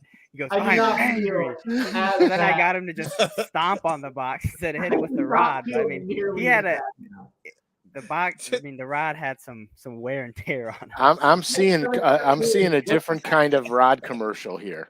He just kept looking at it for the next 20 minutes and being like, ooh, he's not going to be happy about that tomorrow. Still right there. It's just Oh, my gosh. Does SmallmouthCrush have anger issues, Travis? Kind of like me, I guess. I wonder where you got that from. Yeah, they say the apple doesn't fall far from the tree. Right. Oh, God help us all. The frog doesn't hop far from his tethered cup. No, but Alex spent a couple good. You hung out with them a lot. You got to know the kids. They're fun. They're good kids. Yeah, they're crazy. They're fun. Kids. I mean, they're fun. Come here, kid. Come here. Sit. Good kid. They're we went to. I forget what night it was. We went to dinner one night, and dinner was going on a little long, and one of the children was a little hungry that dinner hadn't quite come yet, and I look around and I see a rock go flying over the table, and I turn around and I see a rock headed right at the table, and it hit the table. And so where'd the rock come from? We were eating outside. Oh, so there was, I mean, it's just like in the gravel landscaping of the restaurant. And I was about ready to put my Kevlar on and start taking cover, but thankfully we got our food and people were appeased and we went on about our day. Well, we did. It was an hour and a half. Yeah, Travis, how did you handle the conversation with who threw the rock? Was it SmallmouthCrush or both of them? It was I didn't know it. I think Travis might have been or was it Travis? No, it wasn't Travis. I'm pretty sure at that time Travis was asking where the food was, because let's say we ordered around 7 o'clock. We didn't hear or see from anyone till like 8:30. So they were just trying to inquire, what's going on. And then, kids hadn't had a nap. They wanted dinner and some rocks, and stuff happens. When I'm hungry, I can't do that 1 hour wait stuff. Yeah. That's tough. Yeah, it's hard to pay. It's hard to pay for it when you wait an hour and a half. Oh yeah. There was talks of dine and dash, but that got shut down by other members of the party. There definitely was no tip given. that wasn't her fault. See, I was gonna ask you though. She didn't come out and let I you know. noticed that the rest of the party took a little longer to get back to the vessel as we were leaving. Were you thinking that might have been a incognito tip on the table? Really? I thought maybe. I'm not sure. It could be. I think so. I thought I saw some wallet shuffling going around on the table, and I just looked the other way. I just wanted everyone back up the boat as fast as possible before the waitress looked at that check. You didn't want to be confronted by no tip. Yeah, is that the kitchen's fault or the waiter or waitress's fault? Everybody's. Well, he said no one came. Nobody. Yeah, he had a good point. It was absolutely no communication for an hour plus. I mean, you think they would say in the Italian joints, does it, Frank? No, it doesn't fly. It doesn't. It doesn't fly. It doesn't fly with me anywhere because I get irritated. Like here, I'll be honest with you. All right, we're gonna go on a little tangent. Yeah, just a small diversion here. So my wife and I we went out to eat, and I won't mention the restaurant, even though it's like right down the street from me on the left-hand side. And so we go out to eat there, and I am in a, let's just say I'm in a beer drinking kind of mood. Okay. So we get there, and the first thing I do is I order a beer, and I say, keep an eye on me, because when it gets halfway down, I want another one. Yeah. All right. So what happens is, by the time they see it halfway down, I get it finished. A minute later comes another one. Right. So she disappears, and I'm sitting there. We ordered food. We ordered appetizers. I let them know that the beer fountain is going to flow, so keep it coming. And so, swear to God, the food comes, and I grab the person that brought the food to the table, who is not waiting on us, and I said, I wanted a beer 15 minutes ago. Where is it? You know what I mean? So he goes, I'll get the waiter. I said, all right, get the waiter. 10 minutes later, she comes to the table. Do you need anything? I said, yeah, I want a beer. And so she goes, oh, okay, I'll get you one. I'll be right back. Oh, geez. I'm like, did she go to the grocery store to buy them? Oh, or what? No. So I was telling my wife, I said, I'm not in the restaurant business, but they make the money is made on the alcohol. Okay. Sure. Yeah. So in the time it took me to get 2 beers from this waitress, and my wife 2 glasses of wine, we could have probably had 4 more apiece. Okay. Because it wasn't like a minute. It was a time span. We could have had about 4 more apiece. I said, do you know how much money this restaurant's losing on this waitress? Think about that. If I was the owner of the restaurant, sure, I would be coming apart at the seams, especially today, because for whatever the reason, after COVID, nobody wants to work anymore, and none of these restaurants can find people to work for them. Right. And so they're all short-staffed, which is part of the problem. Obviously, they're short-staffed, but it's unbelievable to me, because you see in retail. Look at I know, Matt. God, in retail, in a retail tackle shop, okay, the retailer makes money by turning inventory. Yeah. Okay, so if he's only got 3 items on the peg, and he runs out of the 3 items, he's done making money off of that peg. Yeah. Right? So they need to back the pegs up. Obviously, they'll have the data what's selling better than another thing. So they need to back those pegs up 6 deep. That's how because the more turns, the more money they make. So if you go into a tackle shop, you see empty pegs, that tackle shop's not making money on any of those pegs. Anyhow, has nothing to do with fishing, but no. Hopefully you guys learned something today.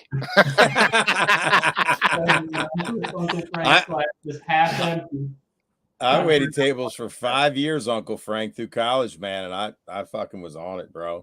Oh, dude. I think how you do anything is how you do everything. That's right. It is. Yep. In fact, where's my wife? I'm half empty. That's right. Oh, nice. What are you sipping on there, Travis? Corona. Nice. Matt, what do you got going? Just water. Uncle Frank, what do you got going? I tell you, but yeah. Then I gotta hurt you. Coors. Alex, what do you got going? It's water in a Whoosh. can, carbonated. I got water, man. I got water. I'd love to have a drink tonight. This has been fun. That's good. Yeah. Matt's in the performance mode. He's got the open. That's right, dude. You excited? Yeah. I mean, I like this place. Like, so it's been an interesting practice. Had one good day, then one day where it was a east wind, so it backed up against the current. And I'm a drifter, So the drifting sucked. And then today in the morning, I was like, oh, it's going to be good. Little light wind out of the west, current perfect. I got like 2 drifts in, and then it just started gassing like 20. Wow.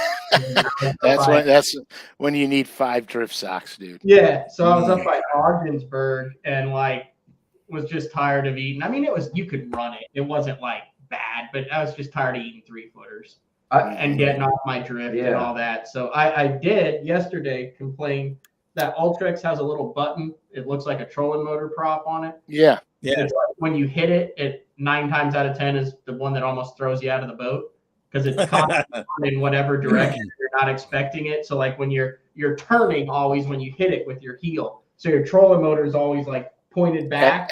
It's a high bypass. And you're like, and I literally was complaining about how I never used it in 5 years of having an Ultrex. Never once. I was like, I don't know who put this button here. This button is dumb. Right. And today I used it for 7 hours. Wow. If you could just constant on into the wind, so the current was drifting you this way. The wind is coming this way, so I could constant on that way at 5 and then get a nice drift at the proper speed. Right on, man. But anyway. So I got to give a shout out as well. So I had a power pole issue. I had a valve or some O-ring got loose and my pole kept coming down on me. And so I called Jason. It's so funny. Is that funny? Hymns. You got an O-ring issue with your power pole? I didn't say cock ring. I said O-ring. What do you guys? Hopefully it's not hair related. I'd get to the second half of the story for your own benefit. Yeah. So Jace, I called Jason. All right. I said, hey man, are you still, because he used to do a lot of the service work, and he's like, no, Ian's over there in Waddington at the service yard. He'll hook you up if you take your boat over there. So I'm not even fishing the tournament. I went over there, saw him, and ran into Matt at the bar too. He was having lunch. Should have been on the water. I had a walleye sandwich. I had just gotten off. I don't know. It looked like he's been there for a while. It looked like he's there all day. I go, this is how you practice, huh, bud?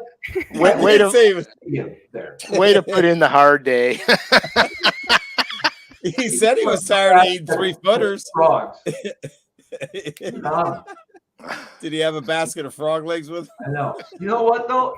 It was blowing. It was I had a guy trip this afternoon I canceled because of the wind. It was that bad. Wow. It was not fun. Yeah. It was gassing. Yeah. I'd say half the guys were out of the parking lot by the time I had taken out. Travis, what's it going to take to win the Open? What's your prediction on the winning? Talk about that or not? I don't know if we can talk about that. Can't talk about that. I don't know. I'm sure we can. I mean, that's not. We're not. Oh yeah. It's not information. It's not information. It's just a But guess. this is like public, so anyone Yeah, can. public. Yeah. Honestly, yes. I think I'll pick 24 a day. 24 day. Yeah. Travis, you down with that? 3 days in a row. Down with that. Okay. Because I mean, at least what I've experienced on the river, like you can get around the quality, but like, can you really differentiate between a 5 and a 6 and pick which one's going to eat it? So like to get to that 24, like you either have 5 really good fish, or you've got a giant one. You know how it is out here. Yeah. Frank, you know how it is when you. Alex, I wish you could say you knew how it was, but you're 3 That days. lake sucks. I mean, I caught more keepers in the day on the Ohio River than the St. Lawrence River. I'm not going back up there again, man. I think that's your drag. I think it's your drag issue. It's got to be something. Damn. You should be fishing this, Frank. Should'ves, would'ves, and could'ves. All I've been doing is making new lure colors. I feel like, I feel like the Dunkin' Donut guy. Time to make the donuts. Every day I get up, it's like I got to make up some more colors. Really? Are you, just hard bait stuff or across the whole hard line? baits. All the hard baits, but across them. But I got some fabulous Norman colors coming out. I have them done, but I can't show you guys because you don't want anybody scapping that. Well, they're not going to be out for a while. Speaking of that, you know, some of you that are listening may not know this, but kind of a big announcement at icast, the company that I work with and help design that drop minnow, Great Lakes Finesse, who actually, the guys that own it, right? Dan dropped the largest bag ever on the St. Lawrence River with those baits 2 weeks ago in the tournament. Dude, that was a giant bag of fish. Yeah, huge bag. You guys came in with 27 pounds. And I'm like, oh, yeah, Travis, he's got it in the bag. Right. Well, second was like, you ever heard of this, Frank? They weigh to thousandths of an ounce. So they have tens, hundredths of an ounce. So that's like 27.05. This tournament weighed thousandths of an ounce. So Travis missed out on second by 2 1,000ths of an ounce. I've never been in a tournament that goes three. They both had 27.05 or something. Yeah. But they had like 27.057. Travis had 27.055. I'm like looking at the standings. I've never heard of that. I think we were waiting for a little bit as we were putting the boat on the trailer, because I go to JP. I go, wow, I'm like, all right, I guess we do have a shot here, because all day, you know how I get out there in the water. Travis was ready to throw those things in when he came in the morning. Only 27. Put him back in the water. No. What he does. Well, then those guys from Great Lakes came in with 32 and change. I was like, what the? Yeah. And now they're with Pratco, right? Yeah. So that was the big announcement. Yep. Oh, right. Sorry, I didn't mean to steal your thunder. Go ahead. Well, no, you got sidetracked. You started talking about the tournament. I thought you were going to say something about way to pull the rug under his feet, man. I didn't mean to do it. I thought you meant you That's did. It's kind of a big deal.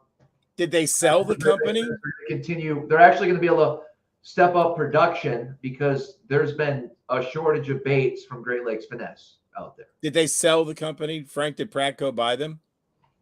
They worked something out. Yeah, they're in the Pratco booth. I met the founder of Great Lakes Finesse at icast a couple days ago. Super pumped. Well, there was a big video of Travis playing that everybody was gathered around watching, oohing and awing at icast, and then super. Was he pumped. mumbling? No, he was flipping 5 pounds. It was a pretty badass video. Yeah. Is that the video with those guys out there? Yeah, it was insane. They're tripled up on 5-pounders. That's fabulous, man. That's awesome. But super excited to work. Yeah, to work with the Brad. Yeah, I just got my drop minnows coming in. I should have them tomorrow or the next day. I got the sneaky underspin. Yeah. Because I like that. You know what's funny? It's Great Lakes. Their tube head's ridiculous, dude. I can't wait to get that mini tube head. And their ball head jig with the gum. I mean, I hope they don't change the hooks, because they're not changing anything. They're changing nothing. It's one of my favorite tube heads. So that tube head is sick. Too. Yeah, that tube head's sick. I'm listening. So here, this is what I was going to say, because they built their reputation and their name on smallmouth fishing and for smallmouth. Wait till the spotted bass guys start using some of these techniques for spots. It's gonna spread the sales across the southern part of the country. So Frank, I know those Great Lakes guys, they like to throw that black drop minnow on an underspin. Is that something you've gotten into yourself? I haven't used the underspin yet that they make, but I have my own. But I'm really interested in theirs because there's some design techniques. I fish a lot of grass lakes too, and there's design techniques on their underspin that helps it come through the grass without hanging up. It's the placement of the line tie, it's the angle of the wire, et cetera, et cetera. So I'm dying to do it. And the other thing that I found out recently is that the drop minnow on the jig, on a really, really light jig head, emulates a hair jig. And so you could swim it like you'd swim a hair jig. You could swim that bait and have the same results that you would with a hair jig, because that bait's so subtle and it moves so effortlessly in the water. So I can't wait to experiment with some of that stuff. And I do a lot of bass fishing in the wintertime where we crack ice to get out and everything. Oh, damn. Yeah, so I have some techniques where that drop minnow is going to play enormously, and not on a drop shot rig. You know where it'll play? Very cool. So what's that? You know where it'll play? Talk to me, Goose. I mean, you experienced it. Oh God, you ain't kidding, dude. Oh, crappies. Oh my God, dude. Yeah, dude. That's so. Dude, crush shad. That's all you got to do. Crush shad. I know, crush shad color. Brooks from Cortland last year. We talked about this. We busted up the crappies on Lake Ontario, and then I actually went crappie fishing a week and a half ago, and caught them all in that drop minnow. You actually talked to me that day. You were out there too. Which the irony of talking about crappie right now is literally when I got on those big bass on the frog the other day on the wind, I caught like 9 in a row, and I'm like, I don't have any crappies. I got to go catch some crappie, and I bailed. I put all my bass crap away, grabbed my 2 crappie rods out, went out and caught some crappie and some walleye, and then went home and filleted them up. Filled that freezer, baby. We got our fridge getting full right now. Walleyes. Kind of disappointed you didn't bring any more back. I didn't catch any. Man, we cleaned them up. I talked to a couple of guys today. I had them in the box. Yeah. Why not? Best tasting freshwater fish out there. Hey, yeah. dude. Better than yellow perch? Pat? Yeah, I think so. I do? think so. Yeah. I like crappie better than yellow perch too. Really? Yeah. Oh. I thought, really? Why? Yeah. Crappie's good. Because I think, I think the yellow perch is a little fishy. Huh. Damn. Okay. Yeah, so it's just a little fishy. I mean, in all honesty, the best tasting fish is a bluegill. They're so sweet. The meat is so sweet. Yeah. But they're a pain in the ass. I mean, you know. Can you tell? Is there a difference between, say, and I don't know the different species of bluegill, but you have your big bluegills and you have like a sunfish or pumpkin seed. Is there a difference in those or no? Oh yeah. In terms of how they taste? Really? Well, not taste wise, but taste wise. I meant taste wise. Oh no. No. Okay. No, size wise for sure. I mean, shell crackers and copper nose get the biggest. Oh, does a shell cracker taste as good as a regular bluegill, but just in a bigger package? Yeah, they're like sweet for some reason. The meat is really sweet on them. Yeah, I mean, I've eaten bluegill, I've eaten yellow perch, I've eaten white perch, I've had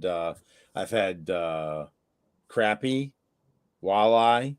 I've tested them all, but yeah, white perch is right up there too, man. That's what's in Oneida.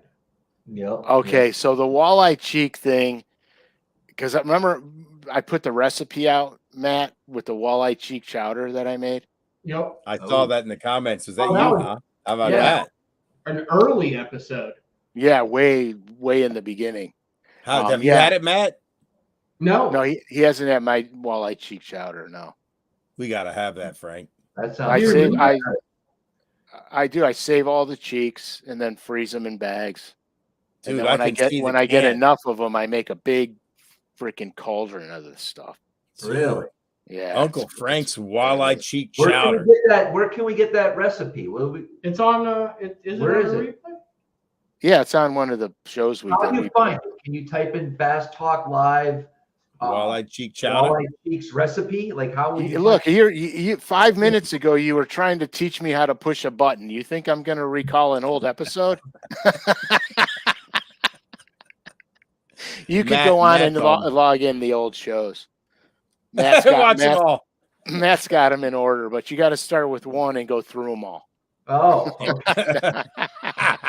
if you really want that recipe, if you really want it, I actually think I posted it on one of my Instagram posts. That's a lot of work. Yeah, it is. It is. But Lake Erie is 9 minutes from my driveway. Damn. Right. So when I need walleye, I just go out and troll Norman deep little ends and NXSs and catch a limit, and then go home and fillet them up. And then what do you got to get the old fillet knife in the cheek and it comes out easy. You could sharpen a spoon, and then you just get the spoon in there. Yeah, that's great. Whoa. Yeah, and don't pull it out. but put your when you get it all out, so it's just out of the cheek socket, just put your thumb underneath it, and it slides right off the skin. Is he doing it right here? Is this how we should be doing it? This is Matt's attempt at getting them. No, you miss a lot of it, Matthew. Wait, no, you gotta show it. I don't didn't even see that's it. the only one. Do you make it full screen? Oh no. Hold on. Matt, show him what to do, damn it.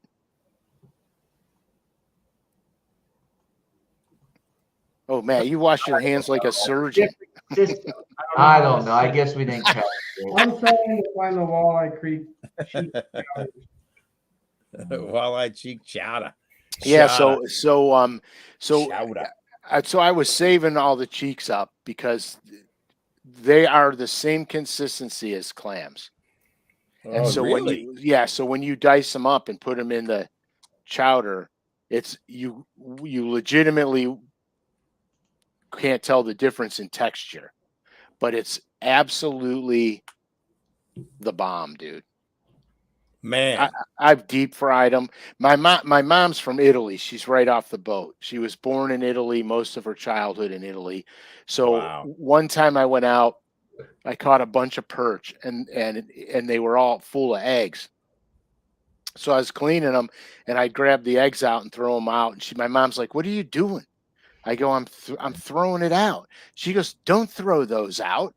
Give them to me." So I'm like, okay. So I'm pulling all the skein sacks out, and I'm giving them to my mom, and she's butterflying them and breading them in flour and frying them. How good was that? Right out of the dude, it was fantastic. So What? I'm eating these things while I'm filleting fish, and I'm like, I can't even believe this. That's great. Has anybody on this stream ever eaten skein like that? It's from walleye? No, perch. Perch. Holy shit. I've heard of that. I've heard of that. What did it taste like? I don't think I could do it. You could do it, dude. You would do it, and you wouldn't even know the difference. You'd be like, "Holy crap!" It's a little more fishy than a perch is. Yeah. But it's got a different texture. They're fabulous. I mean, they're fabulous. That's pretty wild, man. Yeah, just a little flour, some cayenne pepper, a little bit of thyme, salt and pepper. Money. Damn. Pan fried. Money. Damn. Yeah. That's wild, man. You're gonna have to waste nothing, man. Did she use the bones for like a fish stock? Send it to you. You make a good fish stock out of the carcass and all that? You can. I don't waste my time with that. No, but you can. Yeah. Actually the head. Fish broth. The head. Yeah, the head. No, it's just fish broth. You guys want to come over for the night? We'll play categories and eat some fish. It's just turned into freaking a cooking show. Oh man. Walleye head broth. Next on MouthCrush, Frank. Exactly. Oh, what a lovely broth. Lovely broth. I have never had shad roe. I have not had shad roe. Filled me up. Your broth really fills me up. When was the last time you ate broth? I've had. No, you use it as a cooking base. Matt, you cook, You're pretty. You like to cook, don't you? Yeah. He's Italian. Well, I do. I do.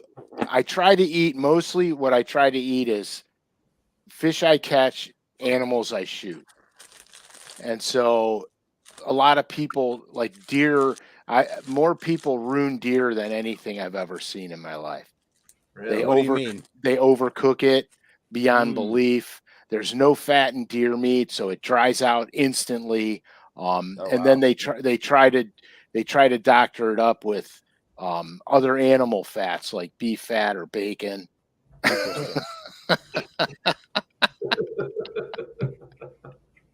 I don't like you two sitting together laughing behind the scenes because I don't know what you're laughing at. The shad roe comments. Someone said that they like shad roe. That Jig Squad said, Shad, bro, what is this, 1920? Hey, you know what? Any fort in a storm. Yeah, I'm assuming that's the American Shad, right? Not like a gizzard Shad. Yeah, no, it's the American Shad, the one with the little tarpon mouth like that run up the rivers. Is that the one Travis bit on the intro? Yeah, the skipjack. Dude, was it a state record? I think it might have been, but I didn't know it, so I just took a picture. Hold on. Where did you catch this record skipjack?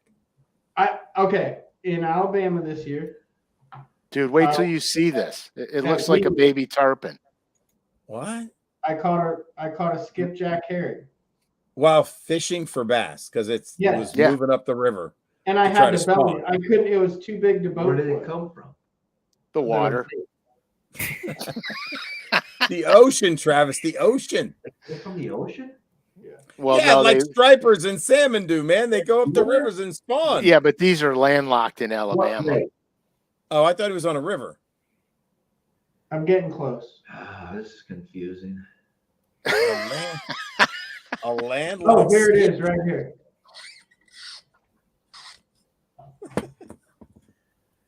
Good God Almighty! Wow, It's like a nice? mini tarpon. That's so cool. Apparently, it's so cool. That would have been a state record skipjack. I mean, it weighed it. I mean, I didn't weigh it in or anything. I didn't even weigh it. What is the record? Like, we know 2 pounds or something. Looks pretty close. I think he might have got it. It's pretty sweet. That was the best thing that happened to me that week. Sorry about your luck, man. Hey, I could see that photo. Huh? Oh, that's the best. That's me with a Bucky sausage on a stick. Dude, I wouldn't eat that on a bet, man. Dude, those things, Bucky's, they come wrapped in saran wrap, and they must go to school for it because it is impossible to get off. But it's a tortilla wrapped around a sausage, a foot-long sausage, and then they put a stick in it. So you know those people that like will take a podcast and then they'll take clips and words and then put them all together? Like, yep. We could really, they could do some damage with this one. Yeah, we could have this could be a really bad day. Doubt. This could be a really bad day for everyone concerned. No question. No question. Oh my God, we've been everywhere. Table service, chowder, cooking, all right, hold on. Joe's on back. Riding bike, frog legs. Indian artifacts. I can't believe you have no knowledge of American Shad. I am aware that the Native Americans used them and built specific structures in the rivers to capture them when they come up to spawn. So yeah, I'm aware of things. Joe, thank you. I'm just saying. It's a hard crowd, man. It's a hard crowd. I thought that you were going to say they use the American Shad to build structures. I was waiting for you to say I caught 30 pounds off an American Shad Native American structure up in this section of the river 2 weeks ago. Did you guys see the Christmas episode where Travis bit the shad? It's in the intro. It's in the intro. Yeah, it was. Were you? Did let's go back to that moment. I never asked you this question, but I stopped by Walmart and I got the elf hat and I got the Santa hat, and we were going to shoot this Christmas episode. Frank, have you ever seen it? You've seen it on the intro if you've watched. I think I remember seeing him bite the shad. But Travis, did you premeditate that? Did I didn't. It was a spur of the moment thing. Well, I've done that. I took a bite of the shad. I took a bite of the lamprey, and remember when I downed that bluegill that popped out of that smallmouth's mouth? I threw it up like an M&M, and it went. Yep. You French kissed the catfish. The lamprey was the nastiest thing I've ever. Was it snotty? Dude, how you don't have a parasite is beyond me. I don't know what You know how aggressive Travis is like, I don't know. I eat all the time. I could never gain any weight. It was. Did it leave a slimy coating all day? Oh, you kept tasting it. Into a lamprey. Dude, why in God's name? Okay, I could see the shad. I could Yeah. see the bluegill. Because The lamprey, no. that was dumb. It was, again, not premeditated, just Okay, so what did it taste like? like a gardener snake. It tasted like a grass snake would smell. Like a garter snake when it's in its defensive mode and it has that. Yeah, perfect. That what it skunk, tastes that funk. Oh, that funk. Oh, Yeah. now I have to put my feet up because Ever. I hate snakes. I was with Brian Saltwater. I actually asked him. I don't know if that was the best, smartest thing ever I did, and I said, I'm a little concerned right now. I mean, Travis, 2 days ago you said, Hey, "Hey, bud, I don't think I'm gonna wake up tomorrow, so you might have to figure out what to do with the boat in the morning." I didn't say that. Yeah, I mean, Travis was telling me. I talked to him. He goes, "Bud, if I don't get some sleep soon, I'm gonna die." He like straight up, like I remember the classic. I drove down. I met him. He goes, "Bud, I really think I'm dying." I go, what are you talking about? He goes, "I literally think my body is going to shut down." And I'm like, "Dude, just fucking take a nap." So he took a nap. He got rejuvenated. We had a good time. There's a lot of constant talk about I'm on the brink of death. What's going on there? I surprise myself every day I wake up, Eric. I told you that. Your phone. What does that even mean? I can't believe I'm. What are you talking about? I don't know. Are you? In this reality, I think I am. How long have you been? In 2 years. How long? Have Alex, you we been? were at dinner. Did I not tell you about my past lives in front of everyone? Yes. So in 1974, he died on the Edmund Fitzgerald, and he was reborn into this life in 1979. He's been living here ever since, and I believe the reason he currently contemplates his ability to survive might have something to do with the caffeine / other stuff consumption related to the food. And then he eats about 2 protein bars in a 6-hour day of fishing, drinks a gulp of water, and wonders why he feels a little twitchy at the end of the day when he's eating pasta off of his children's plate. I'm not a doctor, but maybe just eat a sandwich, Travis. I don't know. Oh man. Which Travis. that reminds me, I got to make food for tomorrow. Thanks, man. I appreciate it. It should be like Travis and just show up that at 4 a.m. in the morning, Yeah. Circle K hasn't prepared the breakfast sandwiches yet and get mad at the dude that's been grinding on third shift. No, it was a half and half. I said, if this guy doesn't do his job this morning, all you do is stop. A little half and half in it. And I told him, some guy that stands right next to me with that new way to check out stuff, you put it on a counter, and it's but yet he still feels like I need to be trained on how to do it, and he's sick. And so he's going to pull right up next to me, and then I just freak out. And I told Alex, I go, if there's no half and half in this freaking thing, I'm going to take one out of I'm going to fill it myself, is basically how I explained myself that morning. We almost didn't even go to the gas station because Travis said, "This guy stinks so bad. Do you really need to go to this gas station?" I was like, "Well, is there another one open? It doesn't really matter to me." But I think we went in there just because it's right off the way, and we plugged our nose with some clothespins and braided it out. Oh my God, it's a tortured existence for you, bro. How do you find these things? It's my reality creates these same experiences. I'm in a feedback loop until I change my attitude and how I go about this. You That's ever all. been kicked out? Like, have you ever been asked to leave a restaurant? No. No? You never gotten the boot? No. Not yet. He had a little smirk. I'm sure there's been some close calls there. I feel like it's coming. Well, you gotta have goals. Not with that attitude. With those rocks flying across the table, it might be SmallmouthCrush that has to leave first. Oh my God. Did you address the situation with your son? You say, "Good job, son. If you get shitty service like this again, fucking hit the waiter." He wasn't at the table. He was yelling at the waiter while this is going on. And I'm sitting there with the babysitter and I'm like, "What do you want me to do?" And she goes, "Sir, will you please will you quit throwing these rocks across? We got tables over here. We got other people in the area." No! Throws a rock across the table. That's the waitress telling SmallmouthCrush to stop throwing rocks? No.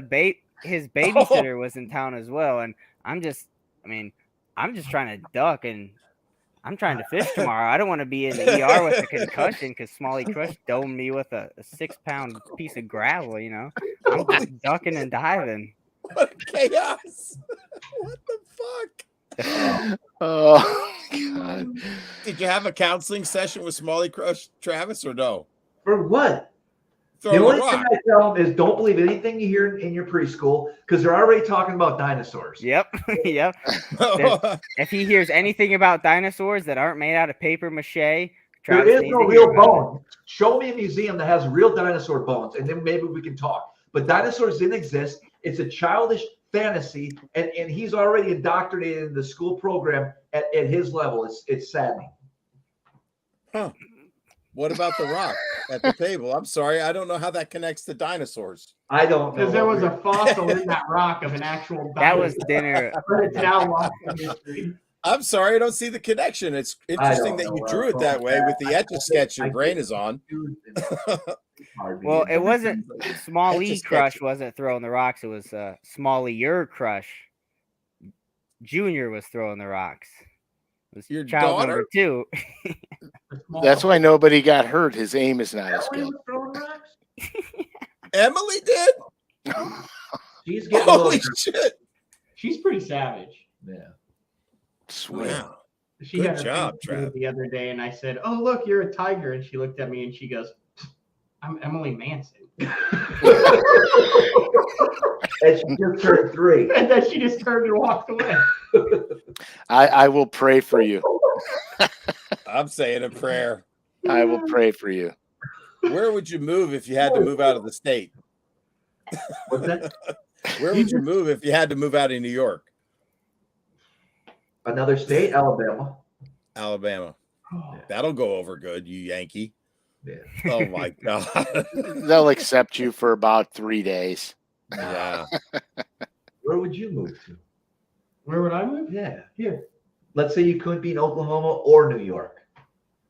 Alaska. Good question. You move here? I would move. Wow. A bit up here.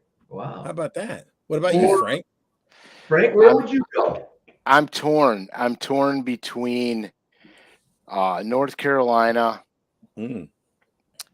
and I love Table Rock, but Wow. I have a problem because Champlain is probably one of my favorite lakes on earth. So I'm really torn. You have to live here 12 months out of the year.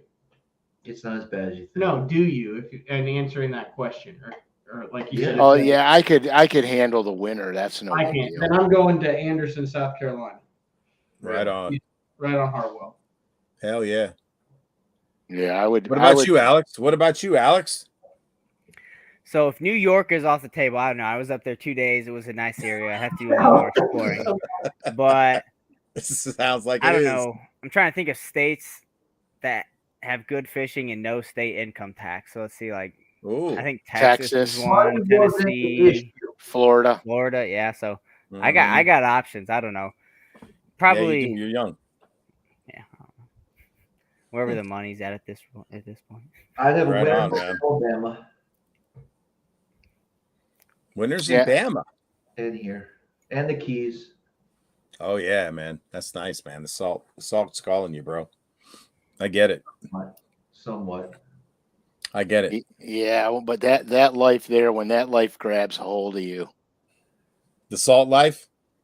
Yeah, because I started fly fishing in saltwater, and Mm. if I lived down there, I would never bass fish again. Dude, sight fishing for bonefish, permit, and tarpon It's like hunting. it's Yeah, unbelievable. I would never bass fish again. Dude, I've done it. It's so much fun. Of course I would. So much fun. That salt ne- got in my blood, man. I was down the Outer Banks for 4 weeks. You know, we got a place down there, and I'm telling you, man, it's hard to leave. I was It ready is. to come back, though. I was ready to come back. Yeah, just the one thing you never hear when you're saltwater fishing is, I think I got a bite. No, it's- They literally, it's like hooking a car bumper every time. Dude, I fought a king mackerel for 20 to 25 minutes on a 7-foot medium action spinning rod with 20-pound Cortland braid to 20-pound gamma on a gotcha.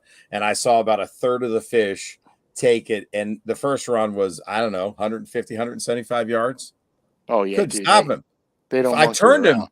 I got him to the pier. The gaff was about to go in the water. I've told this story 3 times now, so I won't bore you with it. But that's one of the best fights of my life. I got spooled by a tarpon last year on the same gotcha rod, 7 foot. 3 wraps of line left, grab the spool. He like jets out of the water. It was unbelievable. The bite was a boil the size of a car hood, and he came at the pier. I put pressure on him. He went, pew! And I mean, just like unstoppable, man. That's badass. And you see it all because it's clear water. All that funky stuff comes in when the east wind, some type of east influence, so it's blowing the Gulf Stream in. Crazy shit comes in, and you're 30 feet above it or 20 feet above it, so you're looking down at the bite every time, and you never know what's going to happen. It's crazy. It's so cool. The Spanish mackerels are like silver bullets. They're tasty as fuck. I love it, man. I love to get salty with it, dude. But nothing like flats fishing, man. Wading for fish or on a flats boat. Tarpon bone fishing permit. Getting this flat slam. Oh my God. My favorite thing is fly fishing for them, sight fishing. It's hard to beat that. Something about it, man. You start to shake when you see that fish coming in, man. It's crazy. What did that say? We're not letting dinosaurs go. Explain. I thought you were going to go dive for woolly mammoth tusk. I'm so confused now. Because they walk the earth. Dinosaurs, but yeah. But so woolly mammoths were real, but other dinosaurs weren't? I'm not going to get into it tonight. This is Wait, I just don't understand. So was a woolly mammoth, does it qualify as a dinosaur? No, not like how the narrative is explained. A woolly mammoth is just an extinct large like an elephant. Yeah, with fur. Right. That was hunted by humans, supposedly. Oh, they weren't? No, they weren't. Well, just you said supposedly. What do you think? Not as long ago as you were told. What? I wasn't told anything. How long ago were they there? Yesterday. No. I thought it was like a couple hundred years ago. Woolly mammoths? No. 143 years ago. Okay. 36. No. Woolly mammoths are not dinosaurs. They're mastodons and mammals. We all knew that. You really thought a woolly mammoth was a dinosaur? They did not. Well, I mean, yeah. Weren't they around during the age? I don't know, man. They did not appear until many millions of years after they closed. And this reality wasn't here millions of years ago, like they're telling you. Don't listen to that. Matt, stop reading that. This is from the University of California, Berkeley. Oh my God. UC Berkeley. Travis, get him straight tonight, would you? I will.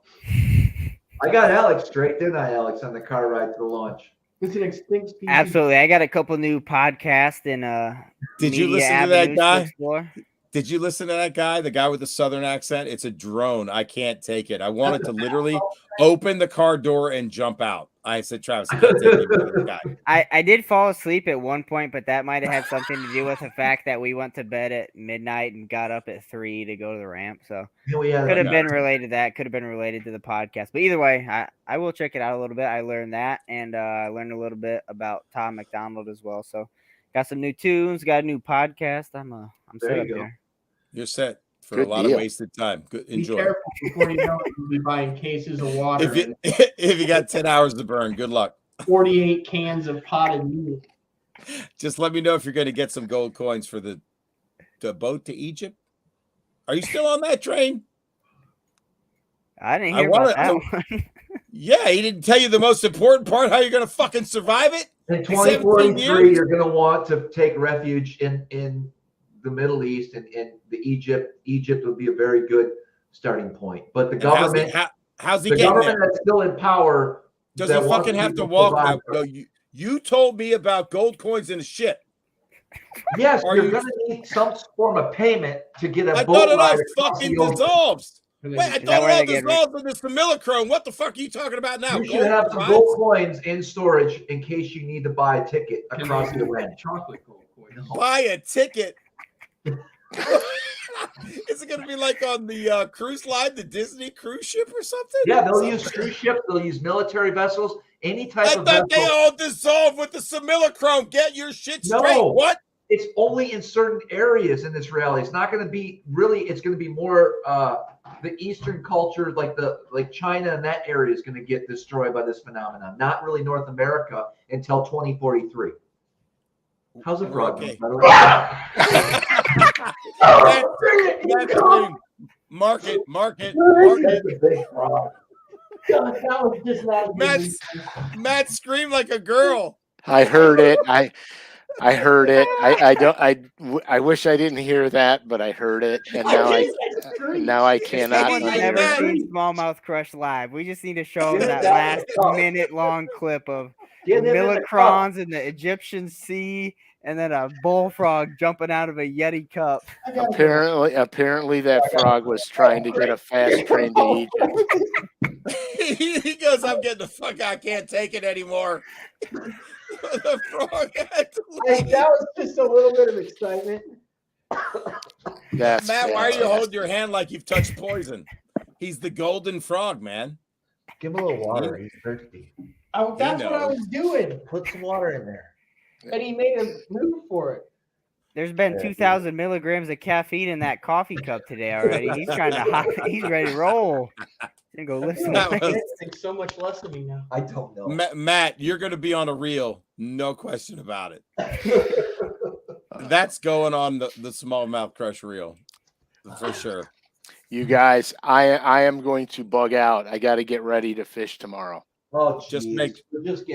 make sure you got some gold coins in 2043, bro. See, he's smart. He knows this is a great time to leave because I'm No, going to be sitting here at 2 a.m. actually- questioning what the hell I'm still doing, talking about. Actually, no. I millicrons. wish I could stay on, but I have to. I have Listen, to film. it was awesome, Frank. Again, you're always welcome back. Maybe we can. Dude, I love it. I love it. I appreciate you guys having me on again. Matthew, keep your head down, dude. Kick some ass. Yeah. Thanks. You got it. You guys, peace. All right. We'll see See you, you, Frank. All right. I thought it was a small dog barking. Wow. Speaking of which, What? well, we told that story last night. Oh. Oh yeah. Well, they. Oh my I God. go in to get my All right, extension yes. cord out of the garage. Let me first. What the hell were you doing in the garage? So I have a side garage, and It's separated. Lights are off, doors down. That's all. What were you doing in there, sitting in the scaffolding? Just hanging. Okay, Upside down. It's a separate garage, right? Did you find the coffin? Listen, it's a separate garage. I know it. I've been there. Okay, so I park my boat on the side of the house. Yeah. And I go to get my extension cord out of that garage. Lights are out, everything. I walk in, I take 2 steps, and it sounds like. hold on. I see Matt coming in. Yes, I'm in the dark room. The doors are closed. The lights are off. Why? I'm sitting on a scaffolding. That's where I decided to sit. And so What were you doing? No. in the Wait, garage? you gotta tell us why you're there. I can't give you a good explanation. You just said, you know what I feel like doing right now? And so I'm sitting on the scaffolding, and I notice Matt's wondering why his extension cord is not plugged in the regular garage. And so I see him following the cord into the garage, where I'm like, oh, he's going to open the door. Because he had used my cord to plug in. The guy came and installed the garage door that day and used his cord to plug it in. I got it. That's where it stayed. And so I thought this would be a great opportunity to just sit still in the dark, not move, and not say a word, not say, hey, how's it going, buddy? Not greet him, nothing. Just stay there in the dark and watch what he does. Like a vampire. And so I hear him opening the door. It's kind of dark in there because we don't have lights on in there. And it's going from sunlight to dark. Yeah. So my pupils are. Yep. I see him reach, kind of examine, okay, why is this cord going up the wall? And here it is. So as he's up here unplugging the cord, I decide what's the best thing I can do right now. So I bark like a rabid dog. Like that. And he freaks out. I don't freak out. I just left quickly. Left as fast as I've ever seen. What would you stay in there with Didn't even look. Did not even try to look where the noise came from. Jumped and went out the door. Closed the door and left. Yeah, because I thought, There was a dog Travis in has there. a dog that he didn't tell me about, or he had all these other guys in town for this tournament. I thought maybe one of them was like, "Hey, can I keep my pit bull in your garage?"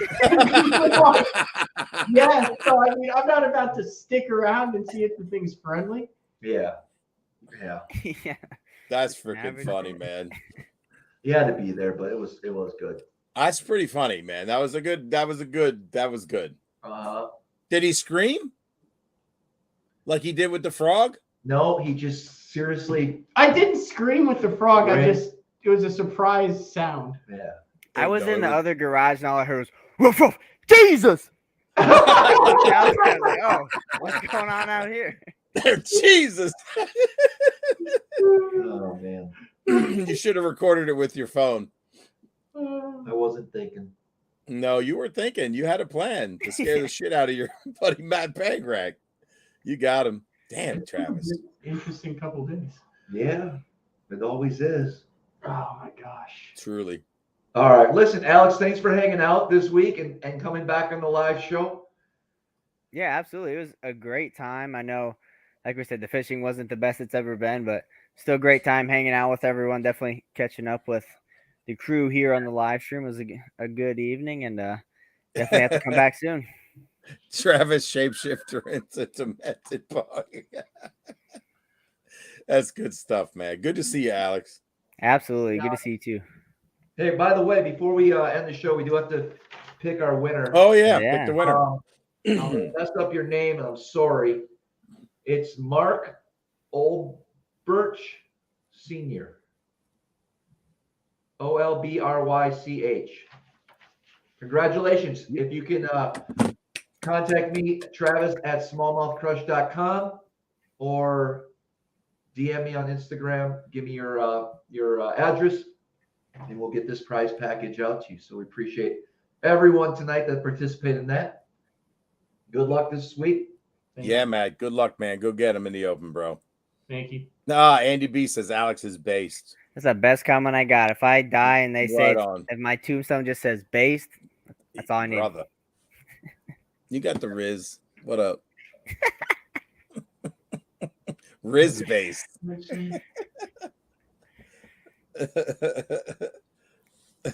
Travis is his own unbelievable species. That's Oh. Dinosaurs. Who's Granny? PWN News. That's a new one. Yeah. Anybody? That's a new viewer, right? Yeah. I don't remember do that not one. recognize Granny. So There there Who's we new go. tonight? New Who's viewer. new tonight, man? Who's new tonight? We only got 159 left, but I'm curious. Oh, there's the winner right there. Aha! Pick a winner. You're the winner. There we go. That's why I wanted you to pick a winner, apparently. Congrats. Yeah, Mark. Mark, reach out to me. I don't know if you missed it. We were looking for you 45 seconds ago. We'll find him. Although I know it's hard to find your contact information somewhere on the internet, Travis. I know. I don't want to even It talk is. about it. What do you mean? Long story. Yeah, Huh? we'll get into it. Anyways, We'll get into it next show. Next show. Next show. All right. Good stuff, man. Great show. A lot of laughs. Lots of laughs tonight, yeah, man. that was a good time. Good energy, Travis. Way to bring the energy, bud. Thank you. Next week is the PHYXTV special VIP. What's it called? SmallmouthCrush Exclusive. So sign up if you haven't. If you want more of these live streams. What's the topic? We always decide the weekend before. Okay. Yeah. Cool. Very. Got it. You guiding tomorrow there, bud? Yep. Two trips or one? 2 trips. One guy's from East Texas, and the other ones are from traveling from somewhere else too. But we'll catch them. It's going to be sunny and calm. Nice. Yeah. Oh, Sounds yeah. like a good day. Yep. Start To off be on deep. Where you launching at there, bud? Mud Bay. Mud Bay. Fine memories in Mud Bay, man. I like that place. That was awesome. Yeah, yeah. Yeah. Those largies still around in Mud Bay? You never caught largie in Mud Bay. Thought I did. No, What was you that think show? What's the other bay? Oh, we don't describe that bay. Never mind. So I was just trying to do. Oh yeah, no, we don't talk about that bay, bud. Yeah, right, bud. All right. Some other bay. It Just looked like muddy we though. talked about movies, Alex. All right, guys. Hey, don't forget to subscribe to the channel. Leave any likes and comments. That's all. Until next time, we'll see you guys on the water. Peace.